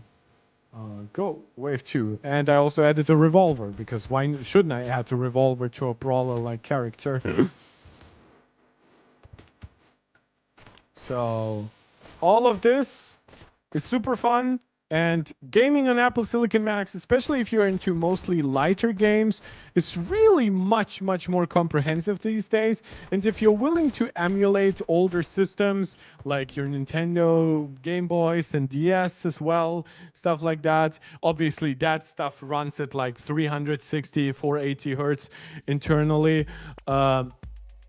But I would also argue that like newer systems definitely, like even a Nintendo 3DS runs well with the new Azahar emulator. Obviously you have systems like the PlayStation 1 and PlayStation 2. They're very easy to emulate, and in fact like the PS2 emulator is fantastic and it gets upgrades really often. The PS3 emulator has also been seeing a lot of better support for games in general, like whether it's compatibility on Windows or on Mac. Yeah, I'm really happy. Like I'm not gonna like run out and recommend people buy Macs for games the way I recommend like a console or a Windows PC, even, especially at least not a Windows on ARM PC. But when somebody tells me, "Oh, there's nothing to play on Mac," I tell them that's not quite true, and it takes very little effort to set up a Mac for at least some decent quality games, some AA titles, and if you really want to go a little bit above and beyond with things like crossover, even a tool like Parallels. There is a decent amount of game support that you can get by emulating or virtual machining or translating Windows titles. Yeah, let me see if there's any more news or rumors here. All mostly Mark Gurman reports, summaries, makes sense. This is why he phrased it that way, because it's so confusing. That's just what everyone is picking up on. New version of Siri too lean on Google Gemini. Yeah, sure, bro. Again, I'm not saying this is entirely wrong, but private cloud compute is not exactly the Siri I associate with the new Siri. I want as much of it to happen on device as possible, but we'll have to see. We'll have to see how it ultimately pans out. That's about it for today. I think that we're now exactly 2 hours into the stream. Before I finish, some big mark action for Riley. This is actually the first stream that I'm streaming from my iPhone 17 Pro Max, using it as a continuity camera. I think in these conditions it probably doesn't make a quality difference to the iPhone 15 Pro Max, but yeah, just a little detail to add to this, because my mom finally got my iPhone 15 Pro Max. My grandma is probably gonna get my mom's 13 Pro Max to replace her 10s Max. So I was quite busy transferring all the 13 Pro Max data to my mom's new 15 Pro Max. That took like 9 fucking hours, because obviously there's like, I don't know why the Wi-Fi connection is slow. The peer-to-peer connectivity should be faster than that. And then when I connected them via cable, obviously they're limited to USB 2. My mom had like almost 100 gigabytes of data and shit, plus like all the just like the processing of that data. So what I actually ended up doing, I put them on my air filter for my home and cooled them because of the current airflow, constant airflow. And then I actually charged my iPhone 15 Pro Max wirelessly with a wireless charger. Meanwhile, it had a cable connection to my iPhone 15 Pro Max, to the old 13 Pro Max. And then 13 Pro Max, because the 15 Pro Max has a USB-C port with power delivery, actually was charging from that 15 Pro Max. A riveting sales check. Mark, you should restore via Finder with Mac. Yeah, I know, but it was a point of pride at that point. Yeah, I know that's technically the quickest setup. But first of all, neither of these products runs on my account, which I know shouldn't really interfere. But also, like, I started it out thinking it would just be basically automatic. And my Mac was in the other room, and I kind of even didn't think about using it. It was very late at night at that point. And yeah, I was a little bit pissed off. So I found, like, I at that point just wanted to show off and created the craziest solution I could. I'm not sure if I made a photo of this But yeah, it was quite a concoction with many cables going in and out. It was like a crazy Dr. Frankenstein type of experiment. But nevertheless, it was done, and I hope that the transfer from my grandma's 10s Max to my grandma's now 13 Pro Max will run a lot more smoothly when I visit home, when I visit my family this weekend. Thank you guys for tuning in. As always, do the YouTube jazz, liking, sharing, commenting, supporting this channel directly through super chat, stickers, potentially becoming a channel member here on YouTube, or a supporter over on Patreon. But just watching and liking helps a lot. I know the algorithm has not been too kind to some of my last few streams, even though as VODs they get good viewership, but the overall engagement is pretty low. I'm trying to improve that. I know I should probably be putting my face back into the thumbnails. I don't know why. I just cannot force myself to take a decent photo before I do these videos. But we'll see. Yeah, I'll try to find one. If I made that photo, I'll send it to you. But it was also very late at night. You might not, and I didn't take like a flash photo or something like that. So it was pretty much pitch dark when that was all happening. Yeah, but that's about it for today. Obviously, don't forget, iOS 26.1 is probably launching tomorrow officially. I do actually recommend doing a full restore if you can. That seems to help a lot to make 26.1 really run really well. Obviously, to all the developer and beta enthusiasts, supposedly 26.2 might be coming as early as this Tuesday. So we'll have more stuff to talk about. It will be interesting to see with the potential Apple TV and HomePod updates. Like, if they're supposedly coming on November 12th, would Apple announce them this week?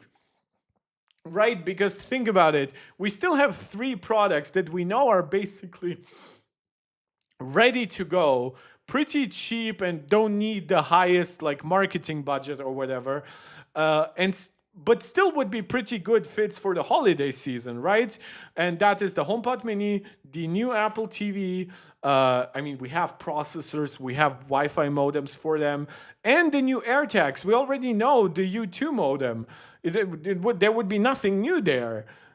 So would Apple potentially, like, maybe on Monday they'll release 16.1, on Tuesday they'll release 16.2, and on Wednesday then they release or they talk about upgrading 3 products: Apple TV, HomePod Mini, and AirTags, and then next week they launch? Or is it gonna be a day one upgrade? Like, oh, go to the Apple Store today. We've just magically prepared it overnight from November 11th to November 12th. We'll have to see. I'll let you guys know.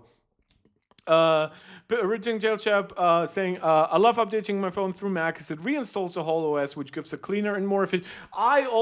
This is why I am never bothered by any kind of upgrade. I never restore my phone, right? I do. I have a lot of stuff in iCloud, my photos, my messages, obviously a lot of my app data. But one thing I never back up is my phone directly, like my phone settings, all individual app data for things like that. I don't need that. I'm very happy to just get a new phone or reinstall my OS or just restore my OS, get all the data I need from iCloud, but then set up all the settings and everything from zero. I do that incredibly quickly. I'm very used to that. I'm probably in the top 1% when it comes to people being very quickly knowing which apps to download, how to put them exactly, knowing all my logins that I need to know out of my head, knowing which ones are obviously in my password thing. I do like whatever is the cleanest thing. And with my iPhone, if I do get some time later on, I might, if I have like a long weekend, I might actually, like, by the time 26.2 comes out, I would love to restore it. I still have one major problem with my iPhone 17 Pro Max. It's a great phone across the board. The performance is fantastic. I can really feel the difference in cooling capacity. I can feel the much better 5G, not only from the connectivity and speed perspective, but also the battery life and the cooling when I'm actually using 5G. And in Berlin, you constantly lose connection. It constantly gets worse and better. So usually that made my antennas really go crazy in the past and consumed a lot of energy, made my phone run hot. This is not happening even like 20% as much on my 17 Pro Max as it did on my 15 Pro Max. And it's not happening even 10% as much as it did on my 13 Pro Max. So the amount of gains from like an X55 or X60 modem to an X71 modem to an X80 modem to the new antenna system to the new battery to the new cooling system is really phenomenal. No, the cameras are great and everything. No, the only real problem I have is that I do have this hardware issue, which I'm not sure can be fixed in software. I'm still waiting for one final confirmation from Apple about this because I know some people have contacted the Apple Genius Bar and whatever, and they told them they have this, and basically Apple told them we're working on this in some way, shape, or form. And that is when I'm charging my phone, at least over USB-C, the speaker does make like a folding paper kind of like sound, like if you're like folding up paper but like not nicely. This is probably a bad thing to do on stream, probably gonna make a gif out of it. But yeah, if this is fixable in software, I hope Apple does so. I tried it with different chargers. I tried it with different cables. It doesn't come up all the time, but it happens with all kinds of charging hardware. So it's not a problem from charging accessories. And if it cannot be fixed in software, I would like to go to Apple and get myself either an iPhone with a different speaker or a different USB-C port, or just a new iPhone, and see if that works better in that regard. That's the only issue I have. Everything else has been fantastic. I guess the only other issue I have is one that I cannot solve, and that is I would like to buy the eSIM only iPhone rather than the SIM model. I haven't had the SIM card in my iPhones ever since midway through my iPhone XS Max ownership, but alas. Well, though it's probably better with a SIM card because my mom uses like dual SIM, and she has like an eSIM and the physical SIM in her device. So given that I hand down my iPhones usually to her, it's probably for the best, but we'll have to see exactly how it plays out. Yeah, so I just wanted to let you know, I'm never claiming Apple is perfect. This is the first hardware defect that I've had with an Apple device in years and years. Yeah, I think so. Like my Mac works perfectly, my iPad works perfectly, my Apple Watch Ultra works perfectly. Before that, my Apple Watch Series 4 worked perfectly. My AirPods Pro 3 and Pro 2 work perfectly. I don't have any of the hissing sound. I had hissing sounds on my AirPods Pro, but I don't think that's a hardware issue. I think it was just interacting weirdly with an outside noise at that point because it never returned. Oh, I had one hardware issue on one AirPod. True, on my AirPods Pro 2. But that was also like after 2.5 years of ownership or something like that. And thankfully I could get that one AirPod replaced. But that's about it. That was like 15 minutes of outro babbling. I apologize, but hopefully it wasn't too boring. I'll let you know about my experiences, and I mean that's partially why you guys tune in for, right? I hope I'll see you soon. Shop gives a testament to how good the build quality is. If this is one of the first times you've came across a defect. Yeah, also, like, I know that this is something that they could probably fix in software. It would probably require some tuning, maybe some slower charging potentially. But even then, I tried it with a 100-watt Apple charger, and I tried it with a 30-watt charger. And in fact, I believe it usually makes more sounds when connected to the 30-watt charger. I tried it with two different 1-meter cables from Apple. I tried it with a 3-meter cable from Anker. The only thing I actually haven't tried is I haven't actually charged this iPhone wirelessly yet. So I might actually buy myself a wireless charger. Oh, and that's actually something that I would like. Oh, is that from ESR or is it from Taurus? Taurus air-cooled G2? Change to English. Yeah, so this is one thing I would love to never have to charge my iPhone over USB-C again, even if it gets 10 watts faster or anything. If I could get this, but please up to 25 watts. So this accessory is limited to 15 watts. I will gladly pay you the $10, $20 extra. Just make it an even 70 and give this 25 watts. It already comes with like a small kickstand.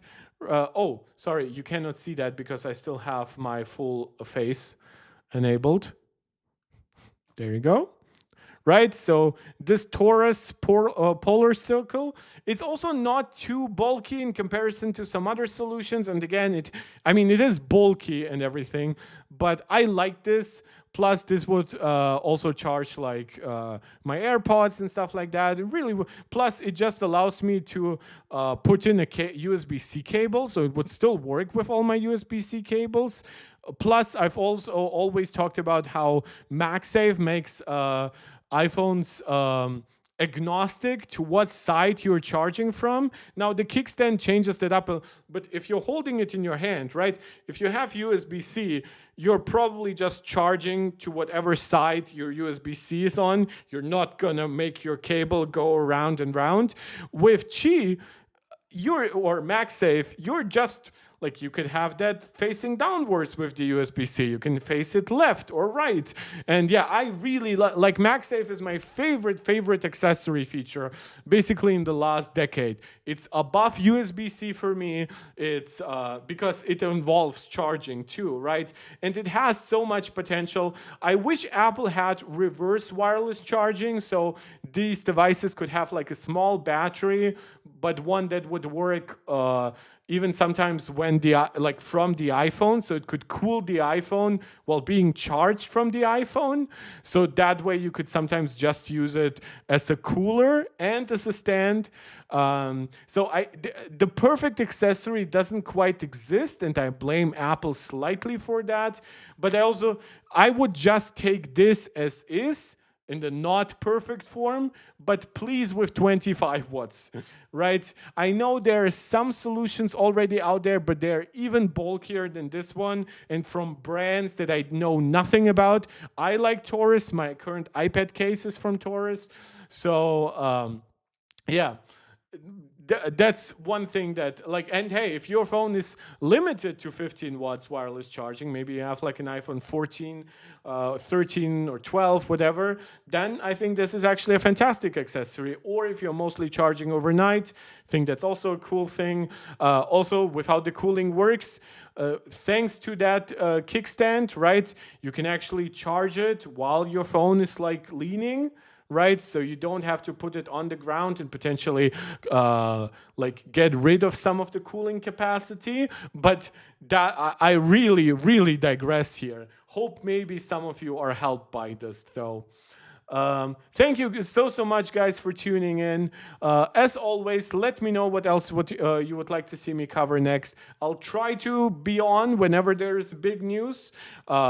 Maybe if there's something really big in 16.2 on Tuesday, would be on Wednesday to discuss it. Obviously, if there's new hardware on Wednesday, I would definitely try to make time for that. If not, expect more of a stream on Thursday, just to summarize whatever little things happened that week. And then on Friday, I'm actually going away on the weekend to visit my family, not taking my microphone with me or anything like that. So don't expect any streams over the weekend. But I will be back the week after. So expect roughly 1 or maybe 2 streams this week, depending on if something interesting happens or not. Beyond all that, thank you guys so much. I'll see you guys next time. This is Mark Tech, tuning out.